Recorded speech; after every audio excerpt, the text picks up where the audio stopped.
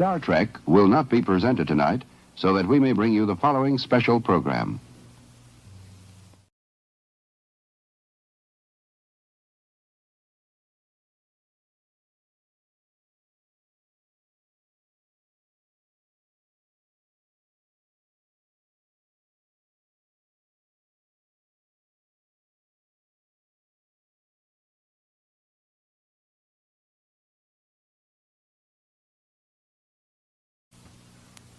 Star Trek will not be presented tonight, so that we may bring you the following special program.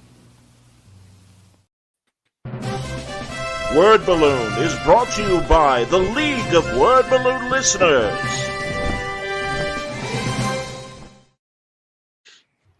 Hang on, everybody. There's a commercial before we start.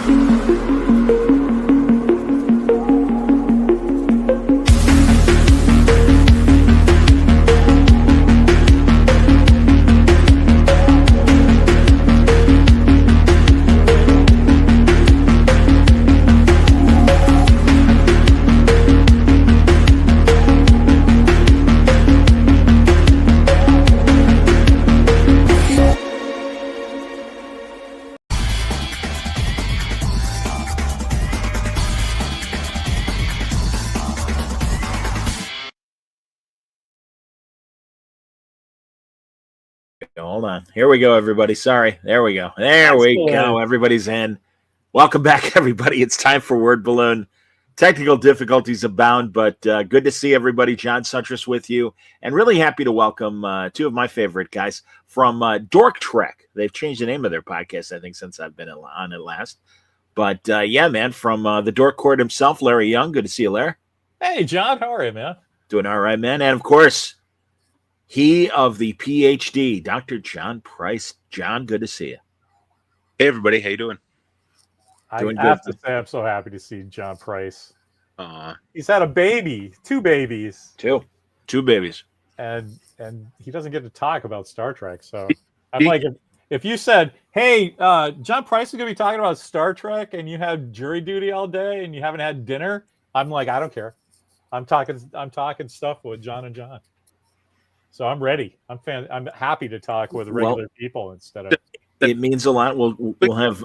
Go ahead, John. Excuse me. I didn't mean to talk about it. Quick disclaimer: I've got you guys right here, and I've got the baby monitor right here. So if for some reason I immediately press leave and you never see me again, that's why. Dad duty comes first. We totally understand. That's quite all right. Don't worry about it, man. I can imagine there's some kind of zombie babies coming after you off screen. I'm going to start with positive stuff because really, as the title of this will suggest, some articles and moves have come out recently that just shows what we all suspect, and that is the people in charge of the studios don't understand the product that they are selling. We'll get to the essay question, but I do want to talk Star Trek with these guys because I do like it when they talk Star Trek, and I like when the three of us talk Star Trek. Lower Decks is wrapped up, and I'm thrilled. And I have to say that I liked the show more and more as it progressed and kind of found its footing. And I sympathize to a degree that these shows have to find their footing within 8 or 10 episodes and then hopefully get another season. Whereas, we're used to traditional television where, barring anything really sucking and not finding its audience, you at least get 20 to 25 episodes. That's 2.5 episodes in today's streaming world. Yeah, absolutely.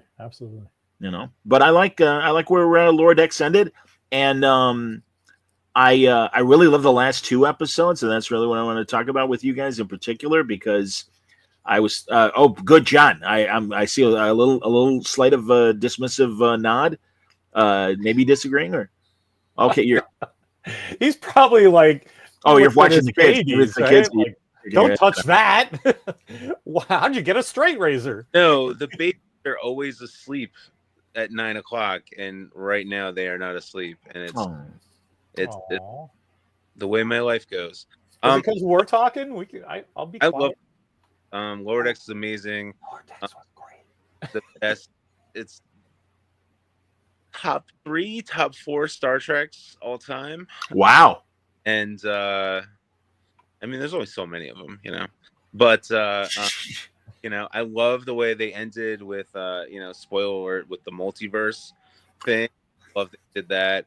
A lot of people who don't watch Lower Decks kind of saw the headlines and kind Tell of, people, John.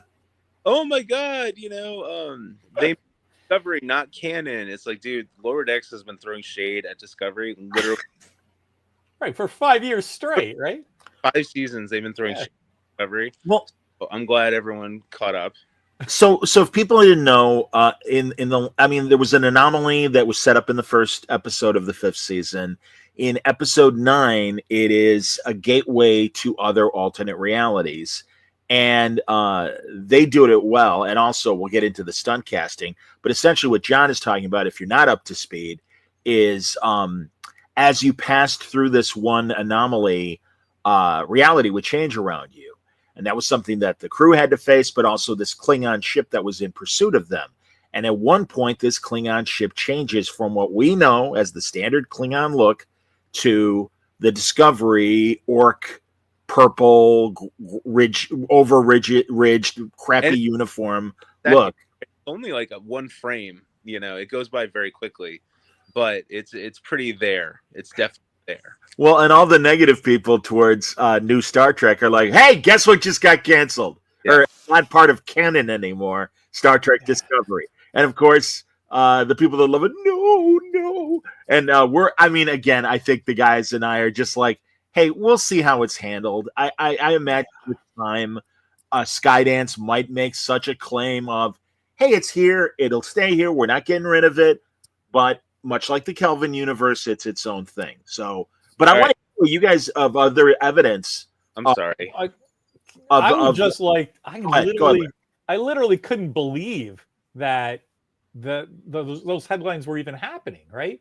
Because it's so very clear. I mean, we're in the multiversal world to the point where people are like, they're making fun of it in Wolverine and Deadpool, right? Like, the multiverse is played out. So the audience for this show, there's no excuse that you don't understand what was happening there. Yes. So there's a bit where, a Klingon ship turns into a sailing vessel, like an early Klingon thing, right? Okay, does that mean that Klingon ships didn't ever exist? No, that's just from the universe where that happened. And or what I thought, or whatever, right? Larry, when I saw the Klingon barge, it reminded me of that Voyage episode, Barge of the Damned, where B'Elanna visits her mother, and her mother is kind of like on that River Styx sort of boat in Klingon mythology and everything. I wonder if that's what they were trying to do, and I just didn't get it because of cartoons is different than live action, and sure. But yeah, man, everybody's going. It was all.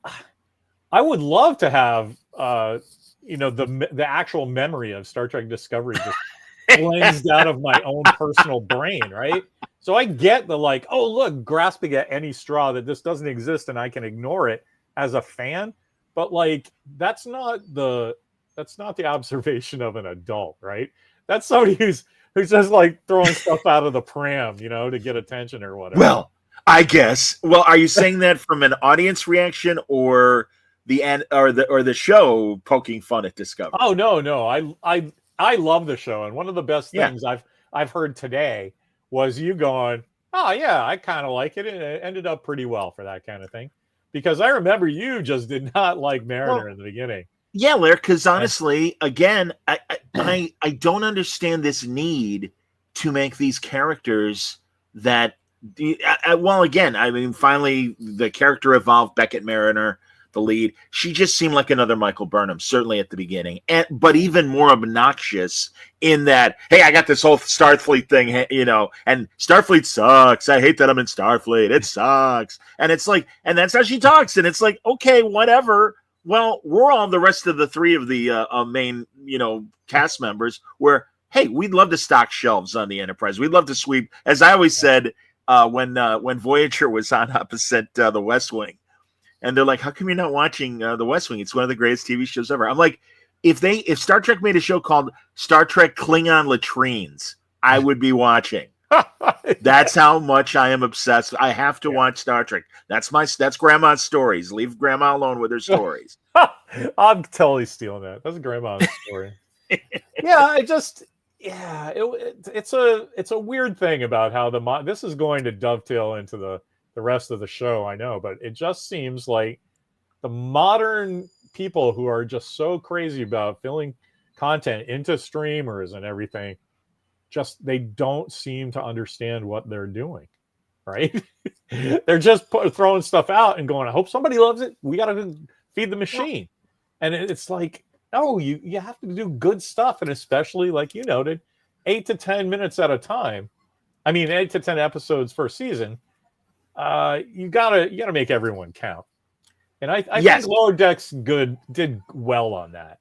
After the first season, they slowly were a little more responsive to their other characters and gave them more agency and made them important. And also, the best thing is Mariner went from being the know-it-all to getting her, God, I'm sorry to use big words, everybody, comeuppance. But essentially, her own arrogance and stuff would play against her. And that great little tease, and in fact, it used to be part of the promos where I don't act like I'm the boss. And all of them laughing at her and going, yeah, whatever, boss. Yeah, okay, sure, boss.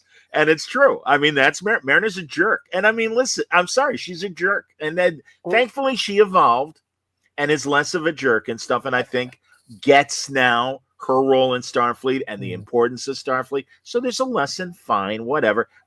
What does drive me nuts about Lower Decks in general, every now and then they go to that My Little Pony friendship is magic thing. And it's like, okay, this isn't a kid's show. Stop it. Just stop it. Okay. I mean, it's okay to show friends, but you don't have to be like, as up with people as they would be on the show sometimes. Wow, you're dating yourself, up with people. I know you know what I'm talking about. Yeah. So, yeah. One of the things, it speaks to how quickly all the characters talk. I didn't really clock this until the live action one, and they wrote it where they did the crossover with Strange New Worlds. Yes, and they wrote the characters the same as the cartoon, but they had to make it work for regular people because they speak so fast. And because I have this really complicated and not nuanced a view of cartoons, I just really don't like animation. And I loved Lower Decks immediately because it was just a live action Star Trek show to me, except they were, I was going to say hobnailed, speaking of big words and metaphors. They're sort of, man, what is that word I'm looking homilies? for? Homilies, perhaps? No. When you tie up your legs so you can't walk correctly, you're hobbled. Oh, hobbled. Yes. Hobnailed. Hobbled. Yes. Hobbled by the fact that they're a cartoon, right? So there are cartoon tropes. You have to finish everything in 22 minutes, and you still have to make it Star Trek. Like, that's brilliant and not going the Filmation way, where it's just a Star Trek episode, and you have the guys and they go like this because they're old and they don't really know what they're doing. But in a world where everybody knows Mick, I don't know, Rick and Morty, whatever kids are watching. I can't even. So, but I love that. Once they saw it in live action, it just made me feel like I was correct. That these are live action shows and they're just doing them as cartoons. Has it made you rethink watching something like Rick and Morty? Because that's where Mike McMahon came from. I know. That's why I was trying to say that instead of like Johnny Quest or something. No, I just ever since I was a kid, cartoons were for kids. Okay. Even when I was a kid. Okay. Here's a great example. In 1973, when the Star Trek cartoon came out, I'm sitting in front of it watching it every day because my dad's friends told me, this is a real show too. And so with real guys. And I'm like, oh, great. But so then I started paying attention to the cartoon a little more. But I don't know if you remember this. It was an NBC show. Right after was a cartoon called Butch Cassidy and the Sundance Kids. The band. And one of those classic teen bands like the Archies that Hanna-Barbera they did it with Charlie Chan's Kids. Yeah. That was just kind of a staple of late 60s, early 70s cartoons. Yeah, so I was 10. Okay. And their computer was named Socrates, and even I knew that Socrates was a Greek philosopher. And I hated that. as That's a hilarious. 10-year-old, you know? And I'm like, just give me a whole bunch of cartoons like Star Trek. And whenever they did, like you noted, a Brady Bunch one or a Gilligan's Island one, Yes. it's always some kind of fantastic thing with some kids. And I'm like, they dodged such a bullet that they didn't do the Starfleet Academy thing with, you know, these little kids, because you know they wanted to do that. And Roddenberry just went, yeah, Captain Caveman, that's a great one. It's not just, that great, but okay. No, I mean a great example of what we're No, but talking yeah, you're right. Yeah. James was right about that, bringing Yeah. up Captain Caveman. Absolutely. Yeah, Um, I don't think anyone, even Mrs. Caveman, but says but at Captain least Caveman's a good one. you know, and honestly, I think we've talked about this before. I saw Lou Scheimer at the guy behind Filmation Animation at Comic-Con before he passed away. And Andy Mangels wrote that excellent history of the Filmation company. And he's like, hey, as far as I was concerned, I was getting a chance to do the 4th season of the original series. And they hired, as cheap as they could be about character voices, and thank God Nimoy stepped up and Right. made sure that, because the initial plan was just the 3 leads, Kirk, Spock, and McCoy, and then Majel Barrett would do all the female voices, and James Doohan, Scotty, would do all the male voices. And Scotty was kind of a classic old like radio guy that would do other voices and could double and triple if he needed to on a Canadian radio broadcast and stuff. But yeah, Nimoy put his foot down and said, hey, it's everybody or I'm not doing it. And sadly, they couldn't get Chekhov, but at least that meant that they would definitely have Sulu and Uhura truly be represented. And yeah, I mean, it's great. But also the writers they got, man. You know, Larry Niven wrote for them, and Yeah. Samuel Peoples came back and wrote one of the animated episodes. They thankfully they threw a bone to Walter Koenig, and he did write an episode of the original animated series. And when going back to like the patter of Lower Decks, to me it was also like bad improv where it's all energy and there's no joke. And hey, am I right? Hey, high five, woo! You know, and it's like Yeah. again, I'm like, yeah, that's great, guys. If this were a comedy club, I might cut you a little slack.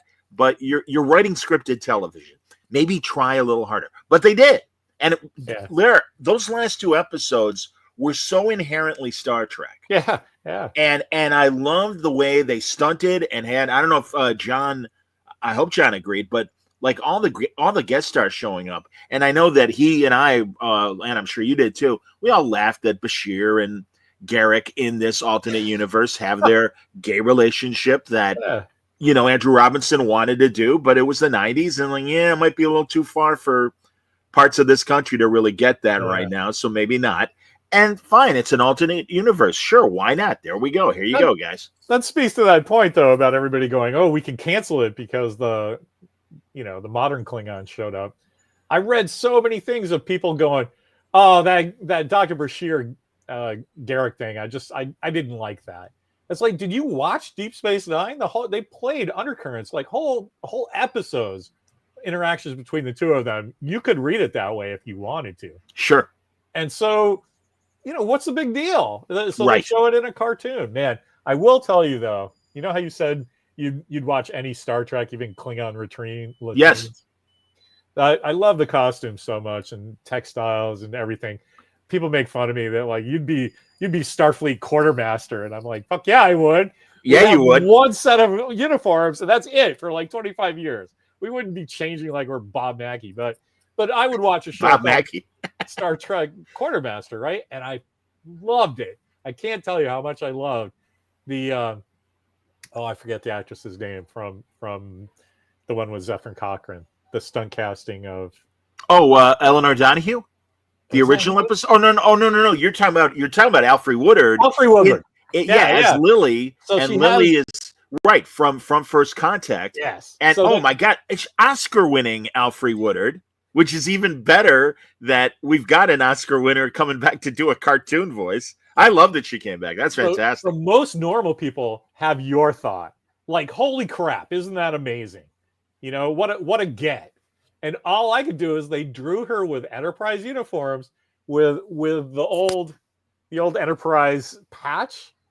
Yes. But with the ring thing that you only saw so I had to turn it off because I was so excited. I keep looking up here because I have the only Eagle Moss model I have is that Enterprise. And Oh, so, cool! That weird design a weird that we only thing saw with as a the circle. sketch and a model. I think I'm gonna see in if I can get it. sure. Oh, All right, don't hurt yourself and don't it's drop because I'm anything. trying not to get my earplugs undone. There we go. Attaboy. So yeah, this one. Yeah. Oh yeah. No. That's it. And I Right. love that it was called the Beagle, and everyone's like, "Oh, Admiral Byrd in the South Pole," and I mean, yes, but No, it's all right, Darwin's original ship. series reference of the Beagle.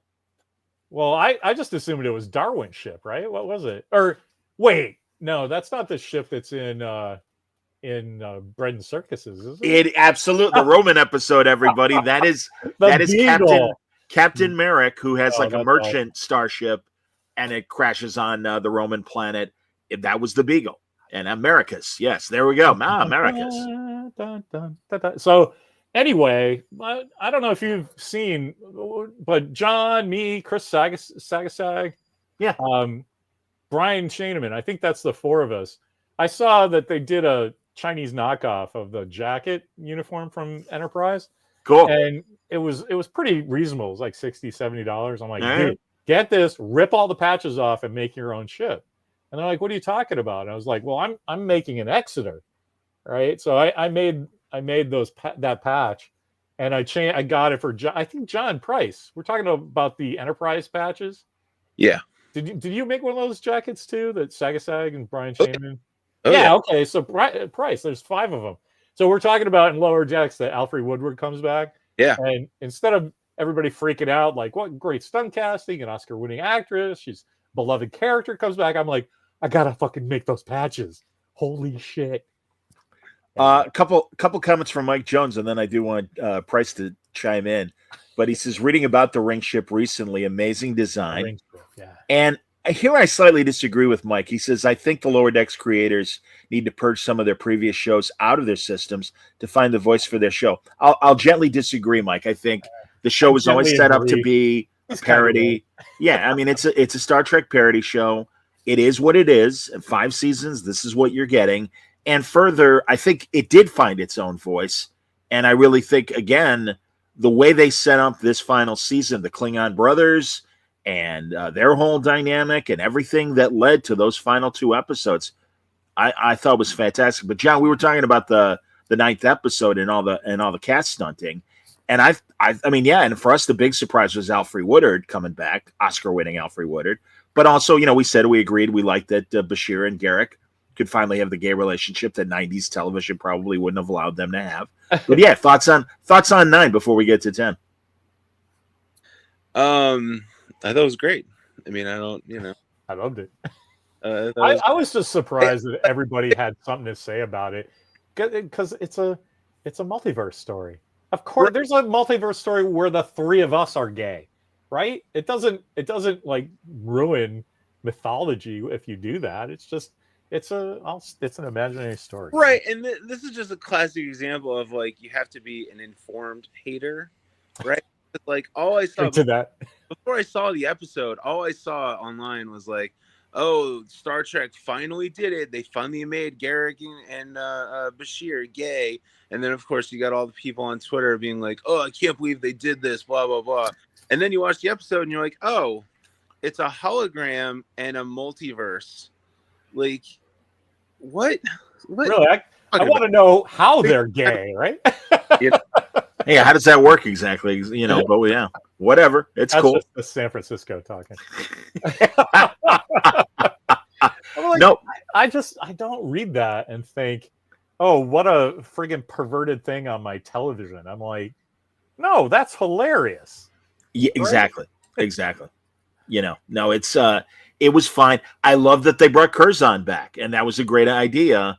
And also because we only got like in the pilot of Deep Space Nine, Curzon dying and Dax being transferred to Jadzia, and of course Odo taking on Curzon's persona. But it's like, no, that was a good and my God, Jolene Blaylock, I had no idea. Awesome. I had heard she started a family, and that's why you haven't seen her acting, and you haven't seen her in Star Trek conventions. But apparently, she was kind of pissed at the way Enterprise ended, and really did kind of have an issue with people in charge of Trek for a long time.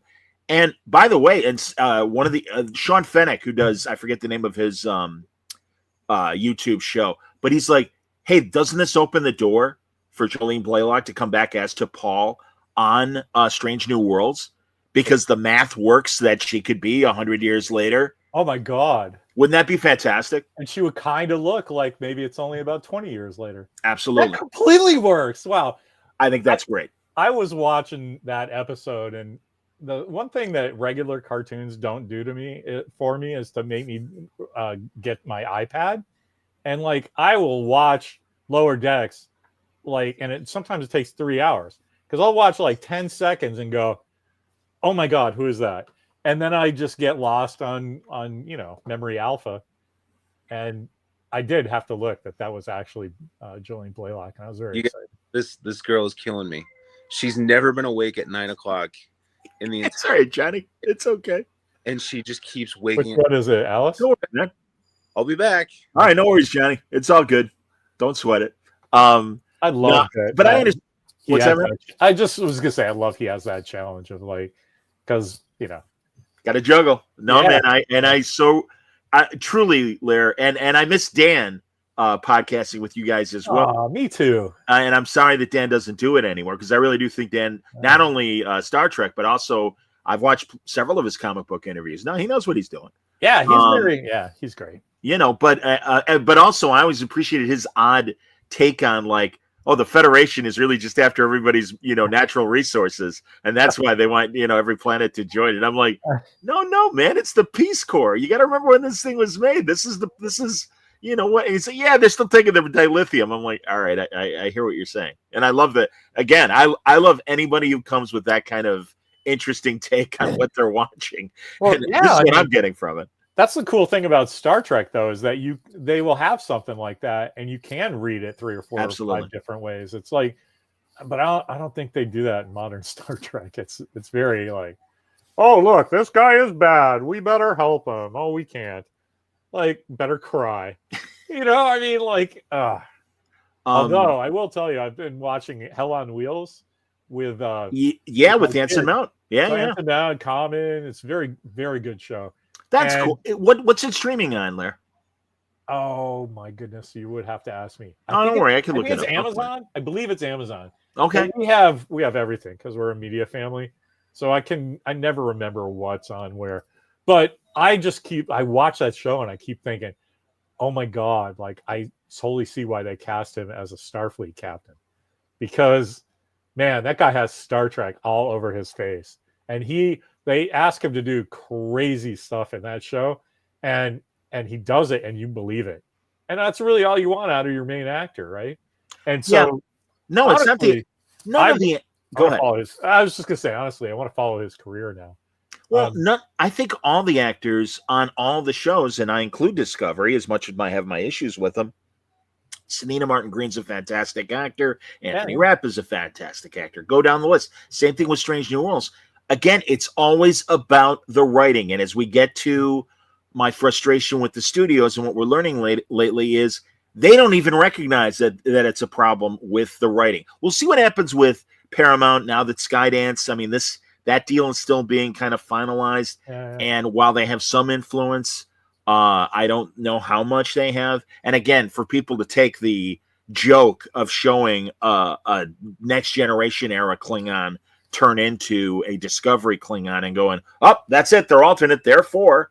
It's like, well, that's a leap, and God bless you. I actually liked the explanation as Discovery was happening in that maybe the Klingon Union Empire has other planets that we just hadn't seen yet that are these different looking aliens. I'm like, all right, I can live with that. But other things, when we introduce, brothers and sisters and, it's, and really even Strange New Worlds, as much as I love Anson Mount, I don't need Dr. Mbenga telling Spock, hey, you know what you want to do? Pick up this instrument that's from your world. I know I'm just an Earth guy, but I really think that's going to help. I mean, like, it's like, and it's funny because this is the Christmas season. It's like that Santa Claus is Coming to Town special with Mickey Rooney, where Fred Astaire is the post office guy, and they're explaining all the tropes of the Santa mythology. and you got the 7-year-old kid. That's why Santa's reindeer fly. And it's like, yeah, and you had that kind of dopey read from like a 5-year-old kid or whatever. Well, I'm sure they're giving it to phonetically, but that's it. Oh, that's why Spock plays the harp. It's like, you guys suck. Yeah, that is not why yeah. Spock plays the harp. Please stop doing that. So I would argue, actually, and forgive me, Mike, it was you saying about Lower Decks that they need to find the voice for their own show.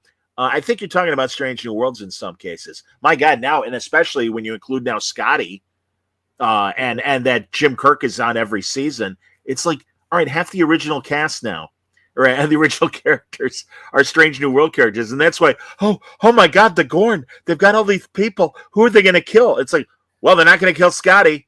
They're not going to kill Uhura. I'm like, it's like those people have plot armor. I love that phrase too, Larry. Plot armor. That's what I would do if I was doing modern Star Trek, though, because it's all hobbled by the last 60 years. Yeah. Well, So all you have, or these are the parameters.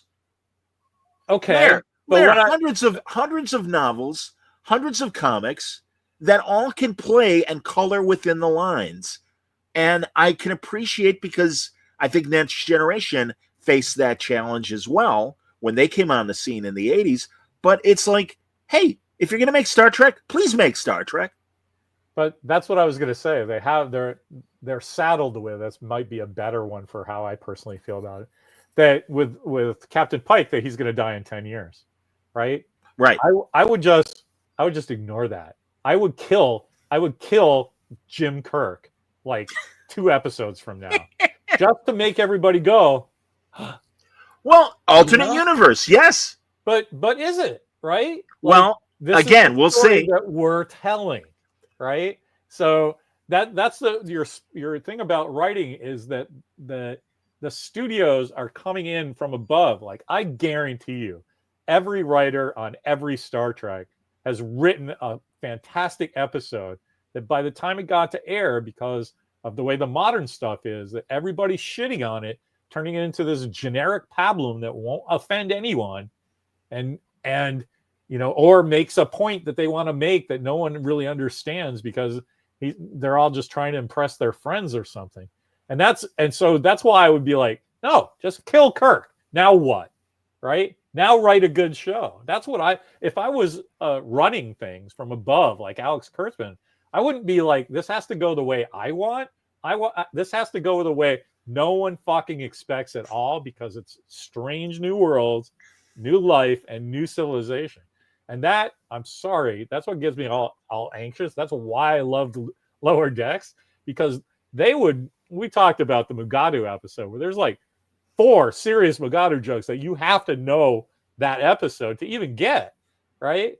Those guys know what they're doing, and they let them. Let them do it. So if everybody in the writer's room is a giant fan and they have canon watchers and policing that and stuff, I don't believe you, or you're stepping on those people, because the stuff that comes out is just junk. It's like, that's good. Oh, that's a good episode. I like that bit. Well, no, you want season 2 of the old series, where every fucking episode is amazing. Well, absolutely. In the original series, the second season really found its footing, and you're absolutely another. Completely agree with that. J Hood Comics. Hi guys, loving the discussion. I think Strange New Worlds is incredibly fun, but I agree. The fewer members of the original crew appearing, the better. Yeah. Again, I'm still angry, and I love that Babenga is getting some agency in Strange New Worlds, because not only is he only in like 2 or 3 episodes of the original series, but invariably, to shorten things so you could pop in a couple more commercials, a lot of times his scenes would be cut, and you would see the actor in the closing credits under the credits, and it's like, so and so is Dr. Mbega, and it's like, well, I didn't see him in the last 40 minutes. Yeah, what the hell are you talking about? So it's great, but I'm also bummed that Dr. Boyce, who really was the prototype of McCoy to Jeffrey Hunter, the great John Hoyt, fantastic character actor, and also in this era of representation, let's not forget about ageism. And that needs to be respected as well. And as much as I absolutely agree, you definitely want to see people of color, of different orientation. All of that is positive, and strong women. All of that is welcome. let's not forget that it would have been nice to see a senior citizen on the ship and be Chris Pike's conscience and counsel the way that Dr. Boyce was in just one scene in that pilot. And that's all you needed to know, that he trusted him and that he looked at him as a father figure. And man, I'm burnt out. I don't get this. Chris, I know you. Don't worry. It's going to be all right. And it's like, yeah. And again, McCoy did the same thing for Jim Kirk. I was just going to say that, though, coupled with Jay Hood's thing about, you don't need all the original crew in there. The two things I would have done is you have Boyce be the captain for like 2 episodes. I mean, the doctor for 2 episodes, and then put in the Benga in. And then you get both the best of both worlds. But instead of seeing Scotty and Nurse Chap and all that, Look, but do it for real, man. Where's Kevin Riley, right? Right. Where's all the guys from Where No Man Has Gone Before, like Dr. Piper from Where No Man like, Has Gone Before, the other doctor. Well, sure, and Yeoman Colt, like the Otoy things. Yeoman Colt, absolutely. It shows her because what an obvious in for if you know Star Trek. It's like, oh, that beautiful girl that they did nothing with in the early episodes, right? Okay, She has strong sexual drive. She would make an adequate mate for you. Yeah, tell as us. the Telosians told us. Right, exactly. Show us all those guys and go nuts because they're blank slates. Yes. With the added value of, oh no, they were on the call sheet once though too. So it's a win-win. And this is the shit I do not believe that guys like us can just pop this out and go, yeah, that makes all the sense in the world. Yep. And the studio guys are too busy, counting beans. Going, the algorithm says that we're not going to make this much beans if we do that. And it's like, well, yeah, but how do you quantify awesome? Because that's what Star Trek is. You got to let creative people be creative and tell their stories. And then we can start talking about our bigger subject, because a couple of these articles that came, first of all, that's good because I was getting fired up. No, it's all good, man. And I mean, we're kind of broken records, although I do, before we leave, and I'll wait for John, if hopefully John will come back, and but I do want to talk about the upcoming Section 31 movie, and after it airs, you guys got to come back. Oh, at least you do, Larry. And I know our schedule's a lot more flexible than poor. I might just Dad scream, and you can hear me in Chicago. I'll be yelling about that so much. We'll be hate watching at the same time. We should call each other, just watch it together. And just hate watch. Do that. Totally but I've done my good friend in Washington D.C. and I will watch, not hate watch. We love just how goofy the Brady Bunch is today, as opposed to 50 years ago. And we'll watch episodes together and just laugh our asses off. And we look at Alice's blackboard in the kitchen and see if there's like a recipe up there or a shopping list or whatever. Or even some episodes there's no blackboard.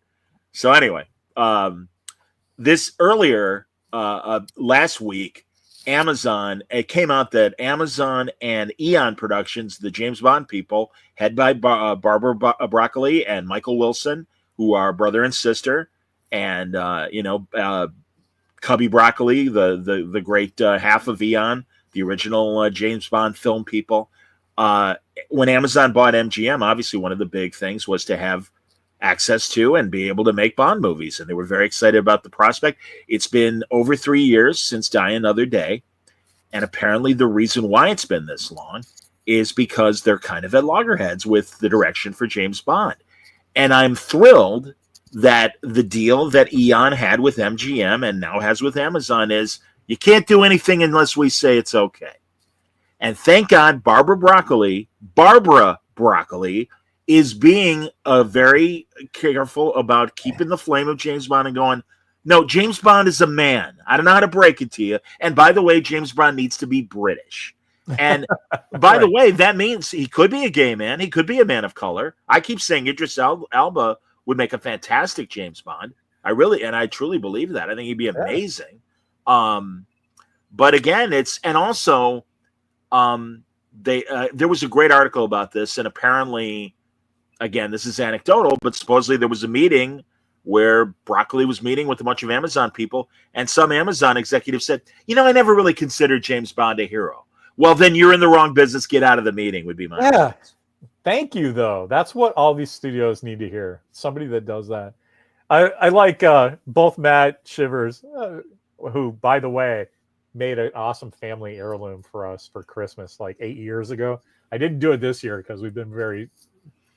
I took a picture of my kid when he was 11 doing the John McClane thing through the, and good old Matt Shivers made it into a ornament for us.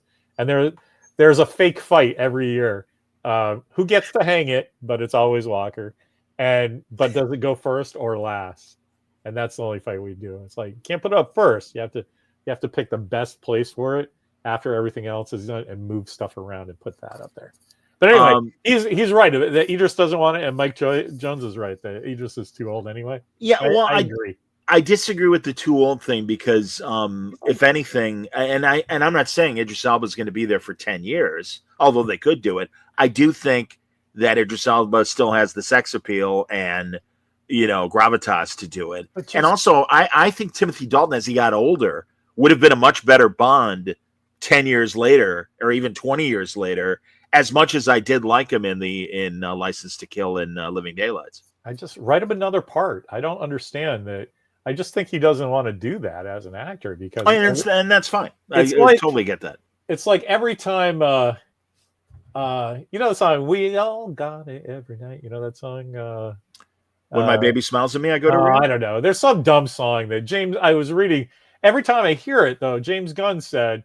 Everybody wants this in the Guardians of the Galaxy soundtrack because it's such a perfect song for them, and that's why I'm not going to do it. So every time I hear that song on my oldies radio, I think of that, and that's how I feel about Idris. It's like it is so perfect. That's not why they should do it. Clive Owen was like, why aren't you casting him? And thank God, again, I saw Layer Cake before Daniel Craig was cast for Casino Royale, and it's like, oh no, this is good. This is great. And I thought Clive Owen would have been a perfect Bond in his prime. And he was right, though. He was the one that had that thought. Yes, everybody thinks that's perfect, of course, but that's why I'm not doing it. I'm not watching.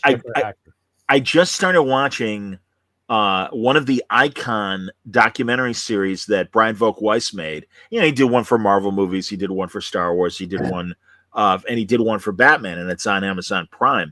And I just finished watching the first episode. I'd completely forgotten that Sean Young was originally going to be Vicky Vale in that 1989 Batman movie. So here, a couple other comments before we continue. Isham says, I think it matters so much on how the actor shows their age as opposed to how old they are. Roger Moore was definitely showing at the end of his run. Absolutely. And if you read, and I did, Roger Moore's autobiography, the last three movies is like, after Moonraker, he's like, don't you guys think I'm a little too old to keep doing this?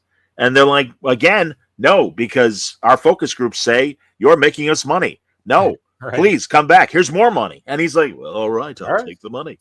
And James says, I don't think it just didn't want to do it, but I believe he doesn't want to hear about something that will never happen. I can appreciate that as well, of course. Yeah. Again, we're just stuntcasting. People just, they just say the correct things. Eddie Redmayne, it's like, how about him for Bond? And I'm like, no, I don't want Eddie Redmayne to be James Bond. He's got a weird face. Yeah, after that first Fantastic Beasts, everybody was going, "Oh, make him Doctor Who," and I'm like, "They did." Yeah, really, exactly. That was his role in Fantastic Beasts. You're right. His valise is bigger on the inside than it is on the outside. I mean, what do you want, man? By the way, quick aside. I don't know if you've seen the Christmas episode yet for Doctor Who this year. I did. Yeah, I liked it. I loved it. I love all Doctor Who. Doctor Who is bulletproof from critics. I will read all the fanboy whining that gets me upset when they're talking about my religion, Star Trek. But Doctor Who's like this guy I went to school with forever.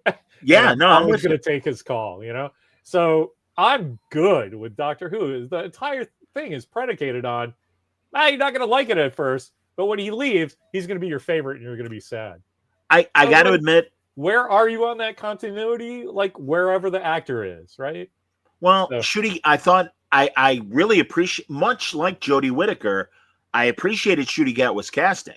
And I really appreciated Jodie Whittaker's casting. Uh-huh. I can't say I ever felt that way now that her era is over, because she was, again, underserved by the writing. Yeah. And I would say the same thing with Gatwa, which was shocking, given that Russell Davies is back. Although I noticed for this Christmas special, Stephen Moffat wrote it. And Stephen Moffat knows how to write good Doctor Who. And I thought, I also was really happy to see that actor, and I forget his name. I meant to look it up. He played Rocky in Yesterday, the movie where What If the Beatles Didn't Exist, and only one guy knew about them. Yeah. And he was like the goofy sidekick that went with him from England to big. He needed someone to help him and be like basically his assistant. And it's this goofy guy Rocky, and that was the guy at the beginning of the episode that is helping the doctor figure out the time hotel and everything. I love the conceit of that show. I loved everything about it. Time hotel, great idea, lot of fun. Yes, that's cool because they can use that later. And yes, that was another thing. My son got up to go to the bathroom, which makes me crazy. That it's only an hour. Let's forget that the streaming thing. He got into during the Rona. That you just just pause. Who cares? It's like, no, that's the flow of the story. But it just made me think about all the cool stuff that you could get into with a time hotel. Yes, like how many story problems that would solve sometimes. You're like, it's a door. I have to confess, and obviously it was almost set up this way, but I think her name was Anita, the woman that he meets at the 2024 hotel that he has to spend a year with. Yes. And obviously I love at the end, okay, she's going to work at the time hotel. I read it and I understand where people are coming from, where they're like, once again, in these Christmas one-offs, and it started during the Tennant era, the doctor meets a companion that, dies, and always, I don't mind that it's a one-off, but that, a lot of times it dies. Kylie Minogue was like that when she was on her Titanic episode and everything. I really didn't see Bridgerton, so I didn't connect with Joy, the woman that played Joy. Mm-hmm. But whatever, that's fine. And I mean, you knew in the title, it's like, all right, we all know what's going to happen to Joy. That's fine. But no, I liked Anita a lot, and I would love to see Anita come back. So yeah, and I had Chuck Gilbert saying the same thing, man. Yeah. Our thing with Anita that we loved so much was Walker immediately was like, that's the new companion. I'm like, no, man, the whole thrust of this story for the doctor is that he's the companion for a year. He's experiencing something at Christmas that he doesn't experience all the rest of the time. He's always on the move. He's always doing stuff. He's always picking up cool guys, doing cool stuff, and now he has to sit here just like us and travel through time one day at a time. And this is going to make this character much better a few episodes from now. And much in the same way of the 50th anniversary special, The Two Doctors, where the different iterations of the Doctor really challenge themselves. And I want to know what's happening with my future. No, you really don't want to know. And I loved when the future Shudigawa is telling him, this is why people hate you, because or actually it was the one in the past that, he's like, I'm sorry, I can't tell you what happens. Yeah. And he's like, this is why you're alone. This is why people get angry at you and you get frustrated. And it's like, I love a heart to heart with yourself. And that's something that only the Doctor can do. I do have to say, I love Stephen Moffat as a writer. And Me too, man. Not as a showrunner. It's like, well, he needs Russell Davies to go, yes, that's a fantastic idea, but we're going to put this little spin on it instead of just, do what he was doing. But also, and again, I don't think there's a choice. The BBC is so DEI inclined that I think that really hurt Chibnall. And I feel because I don't know Broadchurch was a great show. And he wrote episodes of The British Life on Mars, which I thought was an exceptional show. Yeah. So it's like, well, he is a fan. I mean, it's documented. He's got letters to Doctor Who magazine in that same way that Capaldi did, as an actor and everything. So here, a couple comments from everybody. Mike Jones is killing me. Current top 3 favorites for Bond by British bookmakers: Aaron Taylor Johnson, James Norton, and Theo James. Yes, and Anglo Greek. Yes, that would be great. I'm all for a Greek Bond. But James Bond, the Time Hotel is evil. They're stealing hotel rooms across all of time, squatting in unused rooms and not paying for it. Hilarious. I hear the outrage. I'm not paying for any of it. I have a suspicion that Marriott is behind the Time Hotel, but that's just myself. John Price is back, everybody. Good to see you, John. John, we're talking about, I don't know how much of a Doctor Who person you are, and if you aren't, we can go back to the bigger topic of studio interference with these creatives in terms of well, you got to do it this way. And BBC, very much a DEI led organization. And, I just think good creatives are able to like figure out good stories. And I think we see bad creatives that can't, and we get crappy product. Yeah. Fuck corporations, man, Well, they pay for it, and I mean, I want them to pay for it, but there was an understanding in previous.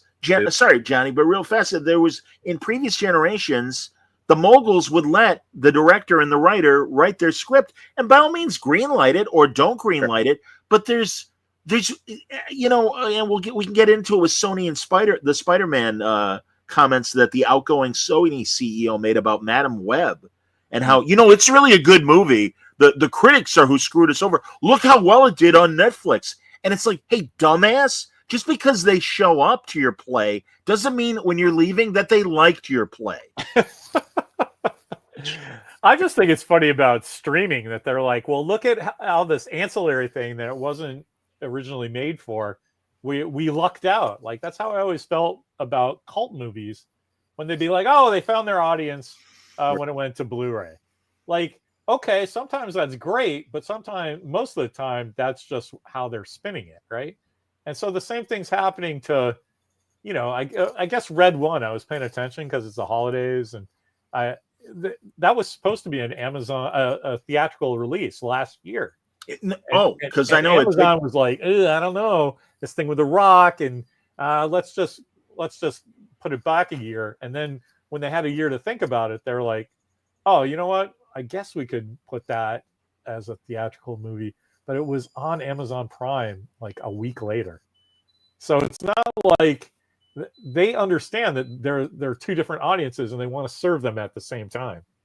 It's very similar to my thing with the graphic novels and monthly comics, right? It's two different audiences. Some people want a serialized thing, they collect it, and and some people just want to read the story, and it's like $5 cheaper. Give me that. Like, it's rare that everybody buys both, right? True. And I mean, you hear it in people in the audience, and just your buddies you talk to. It's like, oh, I'm going to wait until that gets on TV. Yeah. It's like, well, no, that's not how you make money. It's tough. You make it for TV. It's tough because, like, I definitely am not a movie like cinemaphile, whatever they call themselves, right? But like, I want to see big movies in the theater, right? I want to see Gladiator 2, right? I desperately want to see Gladiator 2 in the big screen, right? But now I just saw on the thing, I was just flipping around, getting to Babylon 5, and they were like, oh, you can now buy or rent on your TV. And I'm like, oh, I should just do that instead, because that's way easier. So I don't know. I don't have an answer. I don't know if that was coherent, but no, but I think that is part of the conversation, and not because also the short theater shelf life. Yeah. By the way, to all the studios, if you haven't figured it out by now, streaming business, not a good plan. Not a good plan. All you've done is you've chased away viewers that were used to watching commercials on traditional television. And now you're trying to reintroduce them in various streaming capacities, and you're pissing off kids. Yeah. Who are like, well, and rightfully so. Well, I'm paying for this. Why am I also watching a commercial? But I have to say, John, regarding the release of films, theater, and streaming, there's some, like the Saturday Night Live movie you can rent now for like $6. I'm thinking about doing that because I do want to see it, and I kind of don't want to wait. But also, here in Chicago, when you include parking, it's like a $20 movie ticket. And I'm like, nothing is worth $20 in the theater right now. Nothing. No. So, I don't know. I'm with John Price, though. I love going to the movies. Sure. And I kind of hate that I can watch TV on my phone because I feel like I've failed in my time management because I come from way back. I was a graphic designer and did marketing and promotions and that shit. And one of the things that goes around is if you're doing a good logo, it has to look identifiable at postage stamp size and on the side of the Goodyear blimp. And I feel like all these studio guys have that in their head. And it's like, oh, we do want the big 60-foot screen with the Dolby sound and shit. But half our audience is be watching this on their phones waiting for the bus. So it has to work for both. And it's like, I can't think of anything that you can't do that. So I watched the latest episode of Skeleton Crew because on my phone, because I'm on jury duty now, and my life is not my own this week. It's the holidays, really bad. So I'm like, I fucking gotta watch this just so my kid doesn't spoil something for me. And I'm watching it like this big, and if you put it close to your face, it does seem like 60 feet wide, and you got your earphones and turn it up, and that's great. Except it's not, No, it's not. And anyway, don't do that. That was my fear, Larry, about comics on an iPhone, because I'm like, well, there goes the impact of a splash page, the one image, John, for one page, one image. And prior to the tablet being invented, I'm like, well, now I'm reading a comic book on a screen the size of a baseball card. That's not cool. It loses the emotional impact of the spectacle. I remember Roddy McDowell talking about the original Planet of the Apes, the Schaffner 1968 movie. And he's like, I don't care who you are. When you're on a big screen and you see the thrashing of the cornfield, and all of a sudden that gorilla on horseback with a rifle shows up, that is a spectacle. That is a big cinema moment. And you're right. We need that kind of thing. But as someone just said, I used to like watching movies until, current audiences have kind of made me not enjoy it. Matt Shiver said that, yes. And also here are a couple comments from Jay Hood. Jay Hood says, there's nothing in the Madam Web marketing that made me anxious to run out and see the movie. And he also said the Craven marketing was non-existent, but by the time that came along, Sony had built a bad brand. All of these spider villain movies, I keep saying, and forgive the play reference, the existential play Waiting for Godot. Yeah. Godot never shows up. And that's the problem with these Spider-Man villain movies. Yeah. These characters were created to be in contrast of Spider-Man. And I'm not saying he needs to be a co-star, but he needs to be kind of involved. And Madam Web, you had 4 spider-like creatures, and you had Peter Parker's uncle, and that's about it. And it was like, and Craven, much like, I forget, sometimes, they make something, and it's like, nobody asked for this. And I know I said that about Madam Web. I'm like, of all the characters, Madam Web and Craven sucks. Craven has one great story, J.M. DeMatteis, Craven's Last Hunt, and it's because he built his rep during the 60s goofiness of the Silver Age and everything. And it was just a crazy, silly riff on the most dangerous game, John Price, sorry we got on comics, man. No. But that's my question about all these comic book movies, where it's like, realistically, what do these executives think their audience is? Like, how big do they think their audience actually is? We're not talking about the MCU, with Robert Downey Jr., who can, pull in an audience, and Christopher America's butt who can pull in an audience, right? Like Madam Web, like you couldn't pay me $10,000 to go watch that movie. It's the greatest movie of the time. I'm like, I don't care. But John, the criteria that they use to say, well, this has to be a hit is, well, Dakota Johnson made us a lot of money with 50 Shades of Grey, and everyone's hot over Sydney Sweeney, and they're two of our leads. And that they look at this from a focus group and almost meme or buzzword standpoint of, well, it's Spider-Man. We've been killing it on all of these Spider-Man movies that we've made. So clearly people are going to want to watch more characters from the Spider-Man universe, right? Wrong. You still got to write a good story. You still got to think about what you're doing. And if you're going to do a goddamn Spider-Man story, you got to put Spider-Man in it. I'm sorry. And even the way Ben Affleck was in the first Suicide Squad movie, and also even what's their name? The person that played Flash. I forget the actor's name right now. Yeah, the Ezra or something. Guy. Yeah, the guy that's been very troubled in his personal life. But yeah, because he has a little scene where they arrest Captain Boomerang and there's the Flash. And also, Affleck as Batman has his big shit scene with Will Smith as Deadshot. So it's like, okay, they exist. They're here. We're going to look at these people, but just so you know, Here's a little vignette, much like at the beginning of the. Thank you, Matt Ezra Miller. I don't know. I do know why Ezra Miller's name doesn't come up. I'm not a fan of the person, although I saw him in Royal Pains, that USA show about doctors in the Hamptons. Yeah, and yeah. he played kind of a teenage kid that kept screwing up, and they were very good in that. I love that show. Don't tell anyone. So, but here, Mike Jones, Spider-Man movies without Spider-Man seems like a fundamental gap in the strategy. And again, like, where is that think tank? In fact, my good friend Brian Bendis, who's done a lot of business with Sony for like the last 25 years, I'm like, are you still in business with Sony? He's like, yeah. I'm like, all right, I'm not going to make your comment then on what I think Sony's doing wrong. But really, I know Mark Miller was an advisor on Fox. I know that when the Marvel movies started, they went to having a Marvel Comics panel to explain to the studio people, this is why Thor works. This is why Thor is an interesting character, etc.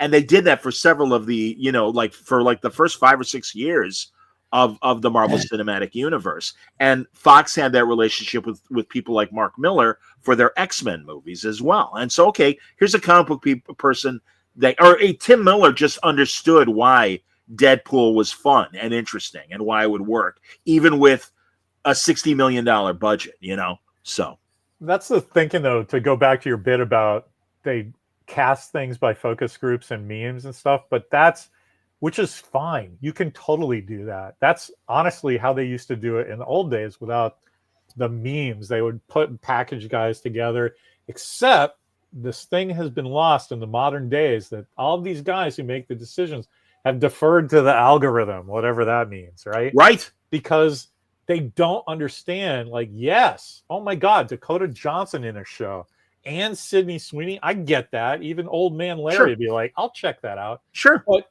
I happen to know that Madame Web is an old lady, right? And they're like, so already you've juxtaposed like these young cute girls with this old lady thing, and I'm like, I kind of don't care. You're making me feel creepy now. But if you put those two, they don't understand what makes those things cool.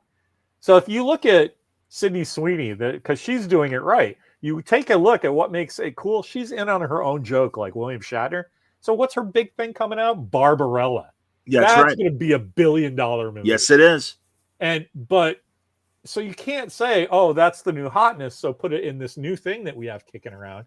You have to put the cool driver in the car that's good for them. Well, you know what I mean?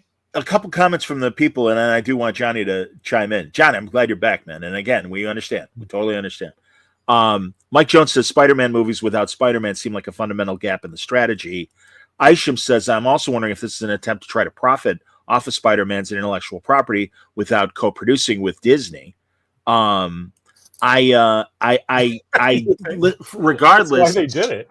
Yeah, well, that's the thing. Sony, when Marvel was facing bankruptcy, was able to make this deal, and I think they put the cart in front of the horse, because I know what they're leading to by all these solo villain movies is a Spider-Man versus what was called, John, the Sinister Six, which is like their Legion of Doom, basically, of Spider-Man villains. And I mean, that was a big thing in the comics, and that's cool.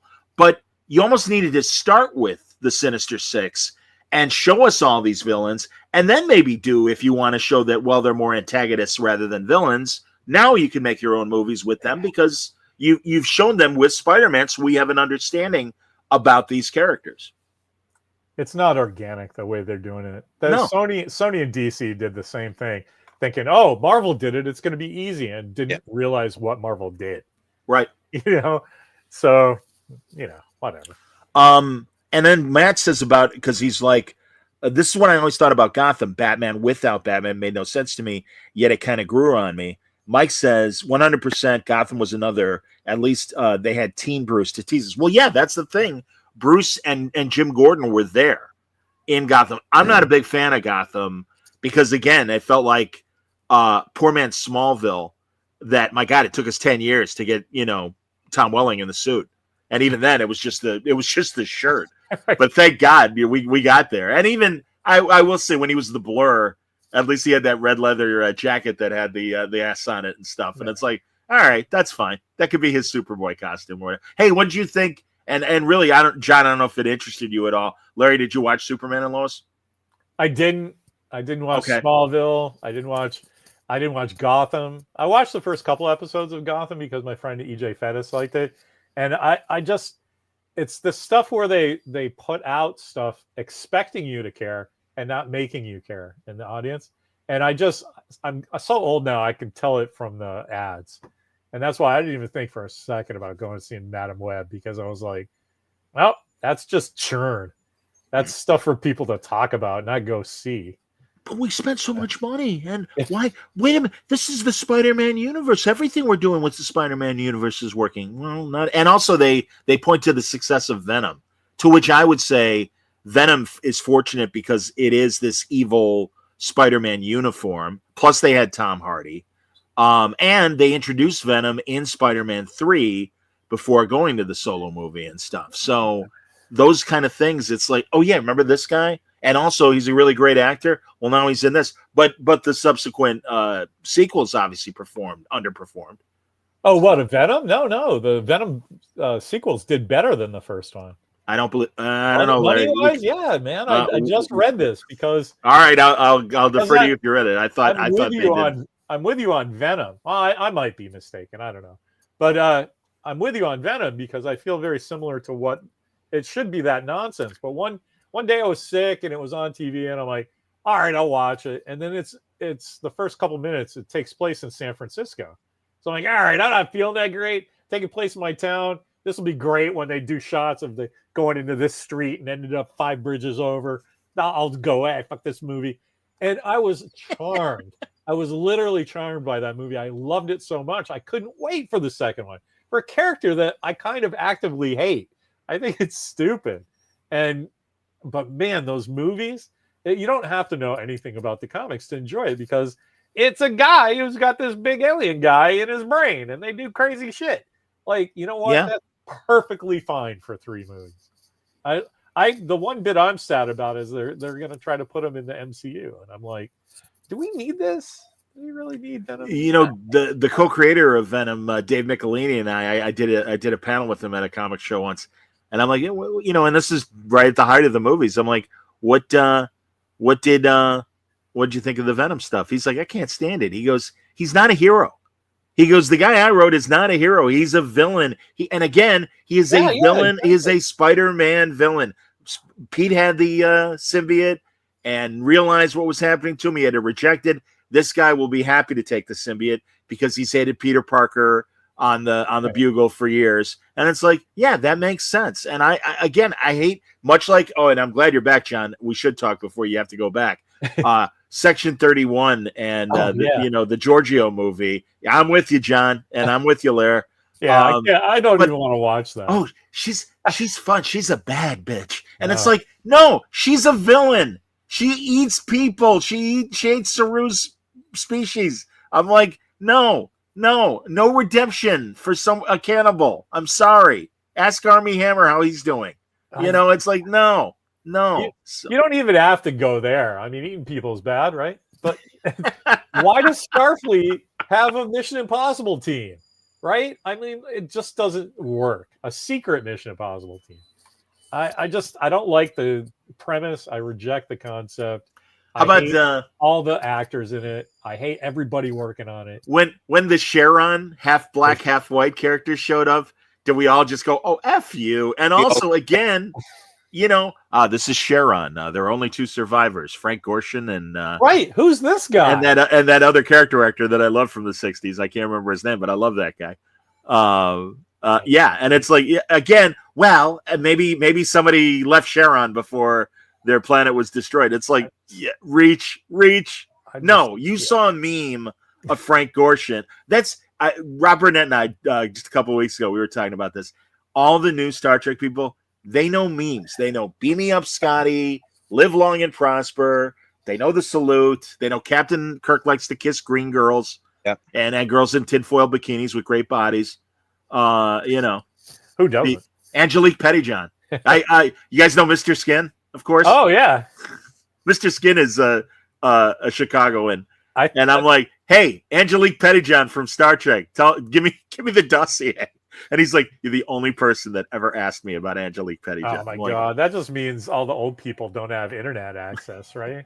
Don't you guys? I still have the Playboy she was in, so. I had no idea she was in Playboy. That's fantastic. Yeah. That was her job. That's how she got on Star Trek. Listen, beautiful. Well, and she made that great Get Smart episode where she's Charlie Watkins, the control agent that's in disguise Right. as the hot cigarette girl, and he talks. It's like, "How you doing, 86? Hey, hey, Charlie, boy, you look great." You know, Yeah, I love it's Get Angelique Smart. Pettyjohn. So too funny. Hisham says, "I'm not the biggest Venom fan, but he's up there with Deadpool as being one of Marvel's most popular newer characters." Yeah, from the past 4 years. Yeah, I'm just not a fan. I don't, and even worse, Carnage. I'm like, oh, so shittier Deadpool or shittier Venom? Yeah, but he's I'm like, red. sorry, I don't get it. He's I red, mean, though. it's like, is Madam Web a popular character? No. Like, see, that's the No. problem, right? Like, it has nothing to do with any of the ancillary. It's like you're trying to make popular things that aren't popular, and it's just not. Yeah, in grad school, we did a whole seminar called American Cool, right? What makes things cool? And there's no answer. It just happens, right? What's cool is cool. You can't like put a formula or an algorithm and make it cool, right?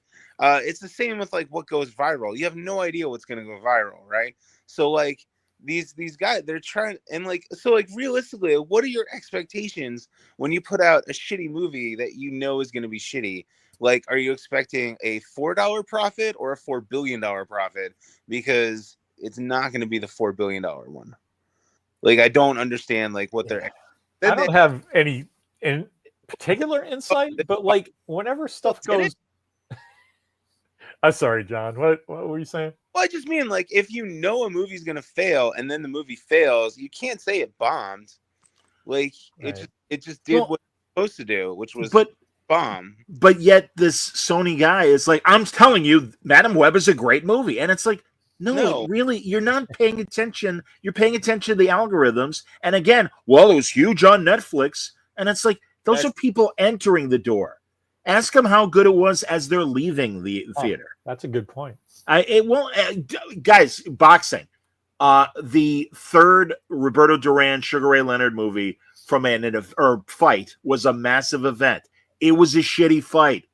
Fight fans do not remember it fondly. That was Duran way past his prime and Leonard carrying him for 12 rounds. And it's like, because that was the outcome. Outcomes matter. Story matters. John, I didn't hear your thoughts on the Amazon Bond flap, if you have any opinion on that stuff. And are you aware of it?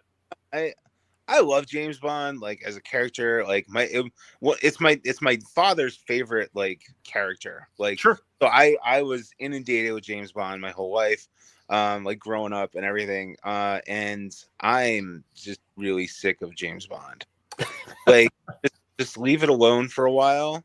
Well, they are. It's one of those things. Like, how do you have a James Bond movie that isn't in the Cold War? Completely agree. And works best in the Cold War, absolutely. And like, or even in like that sort of dynamic, right? And if you want to have that sort of dynamic with, like, I think the Pierce Brosnan films were actually really good, because they kept up that dynamic, even though it was past the Cold War and everything. But like the Daniel Craig films can suck it. Like those are movies. Excuse me. And then the whole thing with Amazon, like they're arguing over rights. Is that it? No, it's not rights. It's direction for the character, because thankfully, Eon, the company that makes Bond, and the Broccolis have as much creative control as they ever did. Yeah. And so they can't move forward unless Amazon and Eon agree. And like I was saying to Larry, apparently, there was a meeting. And some Amazon executive was like, I really don't think James Bond is really a hero. And it's like, well, then you don't understand the character. Why are you in this meeting? Get out of here. And again, that's the other thing. And I know this from broadcasting. There are a lot of people that are put in charge of companies from a sales standpoint rather than programming, because they're the money makers. And that makes sense. They should be in charge for making money. But you got to let the creative people do their thing. And that's why I was saying, even in, classic Hollywood days, the moguls of the studio system would let the great directors and the great writers write their stories. Now they can decide, I don't like what you're writing, we're going to get somebody else to write it, or we're going to get somebody else to direct it. That's fine. But at least trust in the fact that you got to hire creative people and let them be creative and not be, well, you know what my thought is? Nobody cares what your thought is. Shut up and make money. Shut up. You know. Well, and speaking of knowing a character through memes, I mean, that is James Bond at this point. Like, ask that guy how many Bond movies he's seen, and he'll be like, well, I saw the meme where, you know, blah, blah, blah happened, you know. Sure. I love Price's thing that, how do you do James Bond without the Cold War? And that's why I hate the idea of Section 31, because it's like, yeah, go ahead, make that a World War II story or something, and maybe it made a little sense in you know, Deep Space Nine when they were doing the Dominion War or whatever. That's right. Yeah. I get that, but like, just hey, we're a bunch of badasses doing badass shit with all that. No, fuck you. Get out. Exactly. It's not Star Trek. Treat it as the disease that it should be treated as. Right. And also, none of us know we don't know where Giorgio is being dumped in the timeline. The only thing we know is Captain Garrett from yesterday's Enterprise is young and a young officer. Right. I don't expect him to hang a specific number on this show, but again, you got a Sharon in there. I'm sure it's just an excuse to, like, that person will have some sort of information that will be important to whatever the case is. But also, again, I hate the trailers and the music they're using for them. And I'm a bad bitch, and it's like, and it bums me out because I really have tremendous respect for Michelle Yeoh in everything but Star Trek. And it's just like, man, you are the wrong person at the wrong place as far as I'm concerned, and not killing it on Star Trek like you did in your Oscar-winning performance, or Crouching Tiger, or Crazy Rich Asians. She's a wonderful actress. She's a brilliant actress. But unfortunately, they're saddling her with a shit character, and again, shit writing.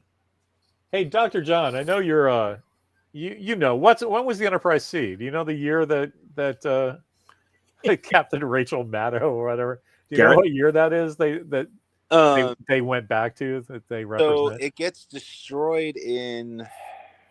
Ooh, John. Say 2344. All right, let's call it that. Because it's like 20 or so years after the incident where they are destroyed when they show up in yesterday's Enterprise. Right. So that's that's, you'd say Garrett's like, she's a middle-aged woman at that point.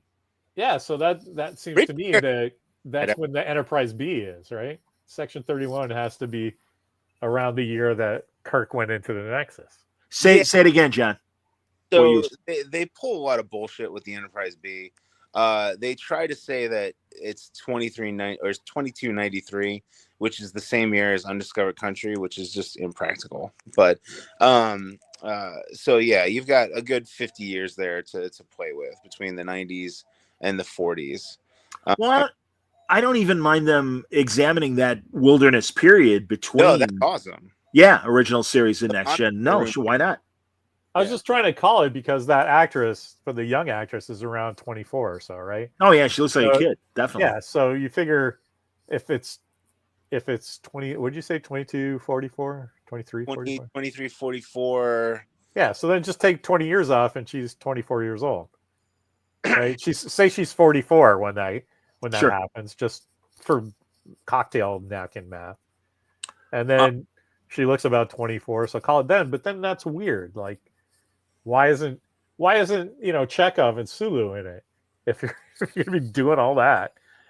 Mike's right. Michelle Yeoh's character should be the big bad. Yeah, she should be the villain for the show. Maybe Absolutely. she will be. Maybe it's going to be awesome, and we're all. I certainly hope so. Credit. Say it again, Mike or Johnny. Maybe we're not giving them enough credit, and they. Yeah. I hope they surprise us. I almost said it with a straight face. I hear you, John. I hear you, but I also I think even under our cynicism, and again, this is something Burnett and I were talking about a couple weeks ago. We want every episode of Star Trek to be great, and literally, as frustrated as I would be with Discovery, I'd be like, all right, maybe I'll like next week's better. Same with Strange New Worlds. All right, maybe I'll like next week's better. And sometimes I did with Strange New Worlds. So most of the time I didn't. Sag, no, this is gonna suck. Yeah, Yeah. Well, again, and also, I really hope now that Skydance is fully in charge that we say goodbye to Alex Kurtzman. Thanks for the experiment. Time to leave.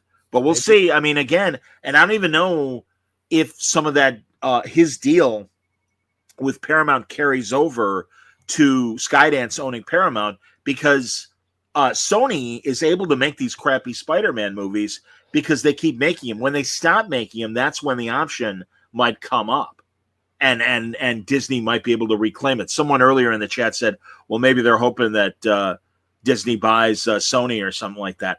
I don't think that's going to happen. I think both companies are too big. And also, honestly, the first Trump administration stopped a lot of monopolies from merging, or potential monopolies from happening.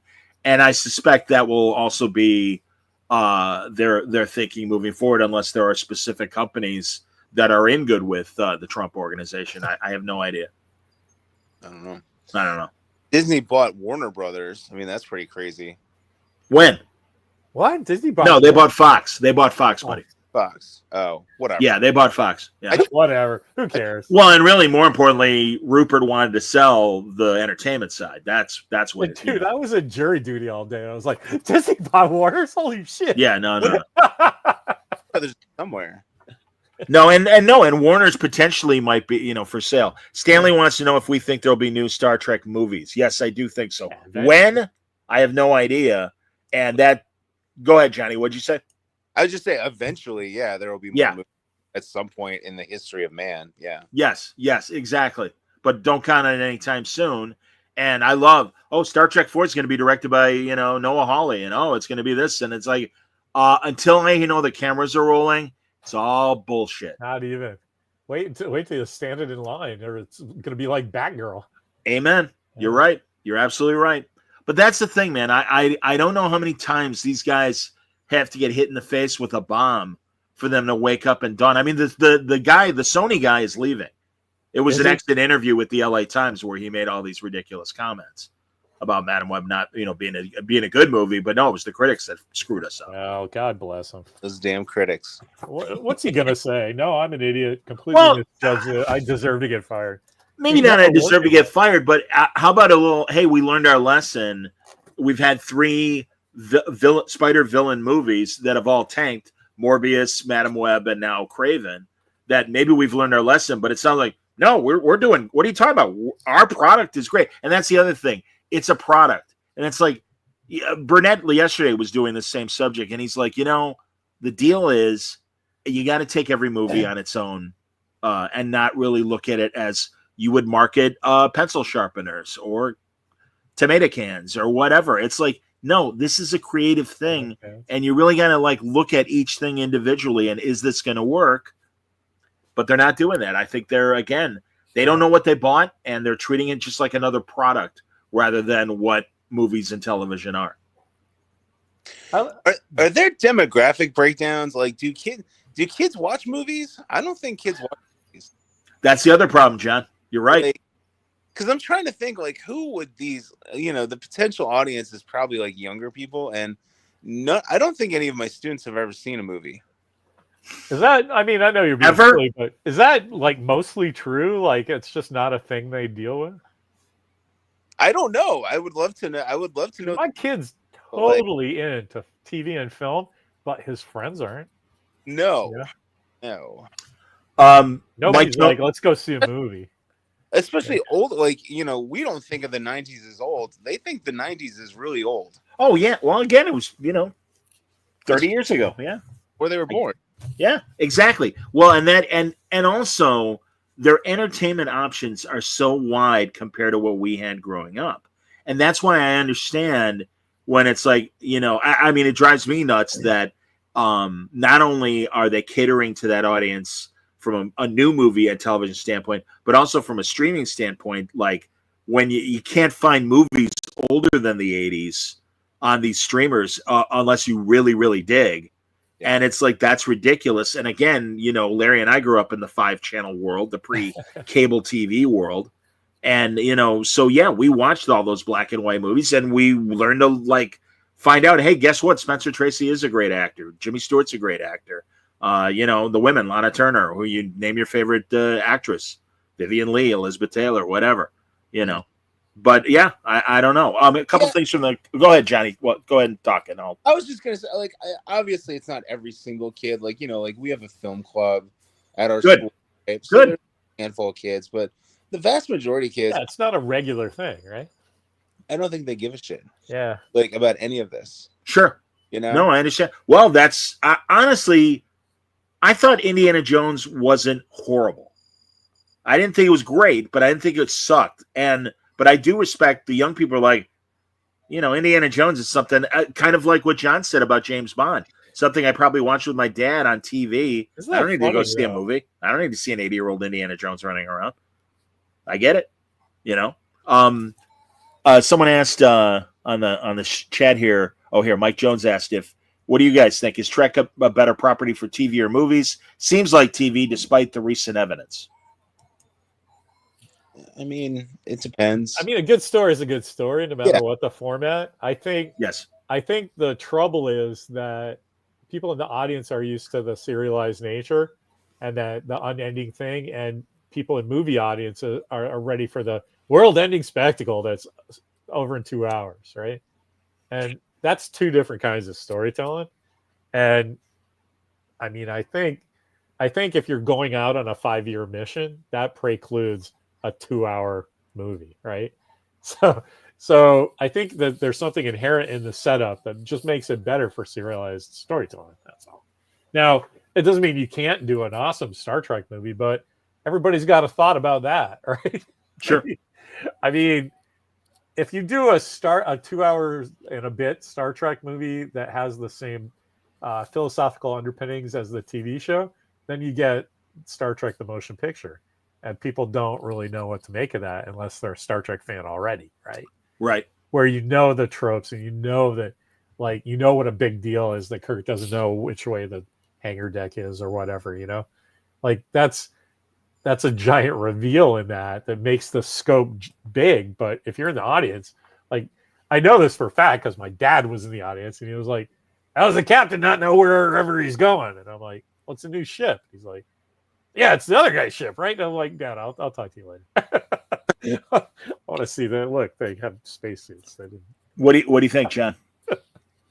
Well, I think what people mean by that, whether they know it or not, is what they're talking about is Star Trek is character driven. And you have to have good characters to explore. It's Shakespeare. You have to have good characters to explore these various things, right?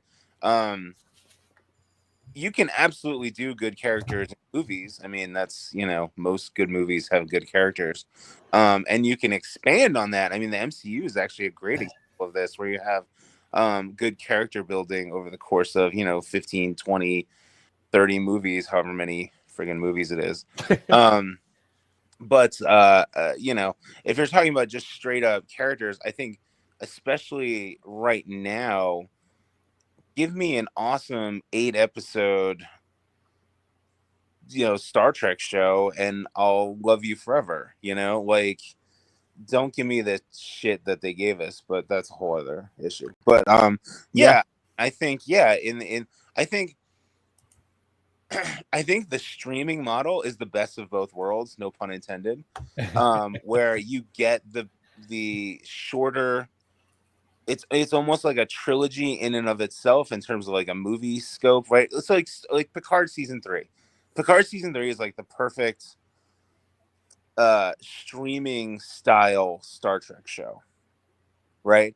Because it's broken up into 3 specific acts, right? It's broken up into like 3 mini movies, right? It has self-contained stories, but it also has the giant arcs. It has character building. It has all these things. It has world-ending events, right? That would be awful in 26 episodes. Yeah.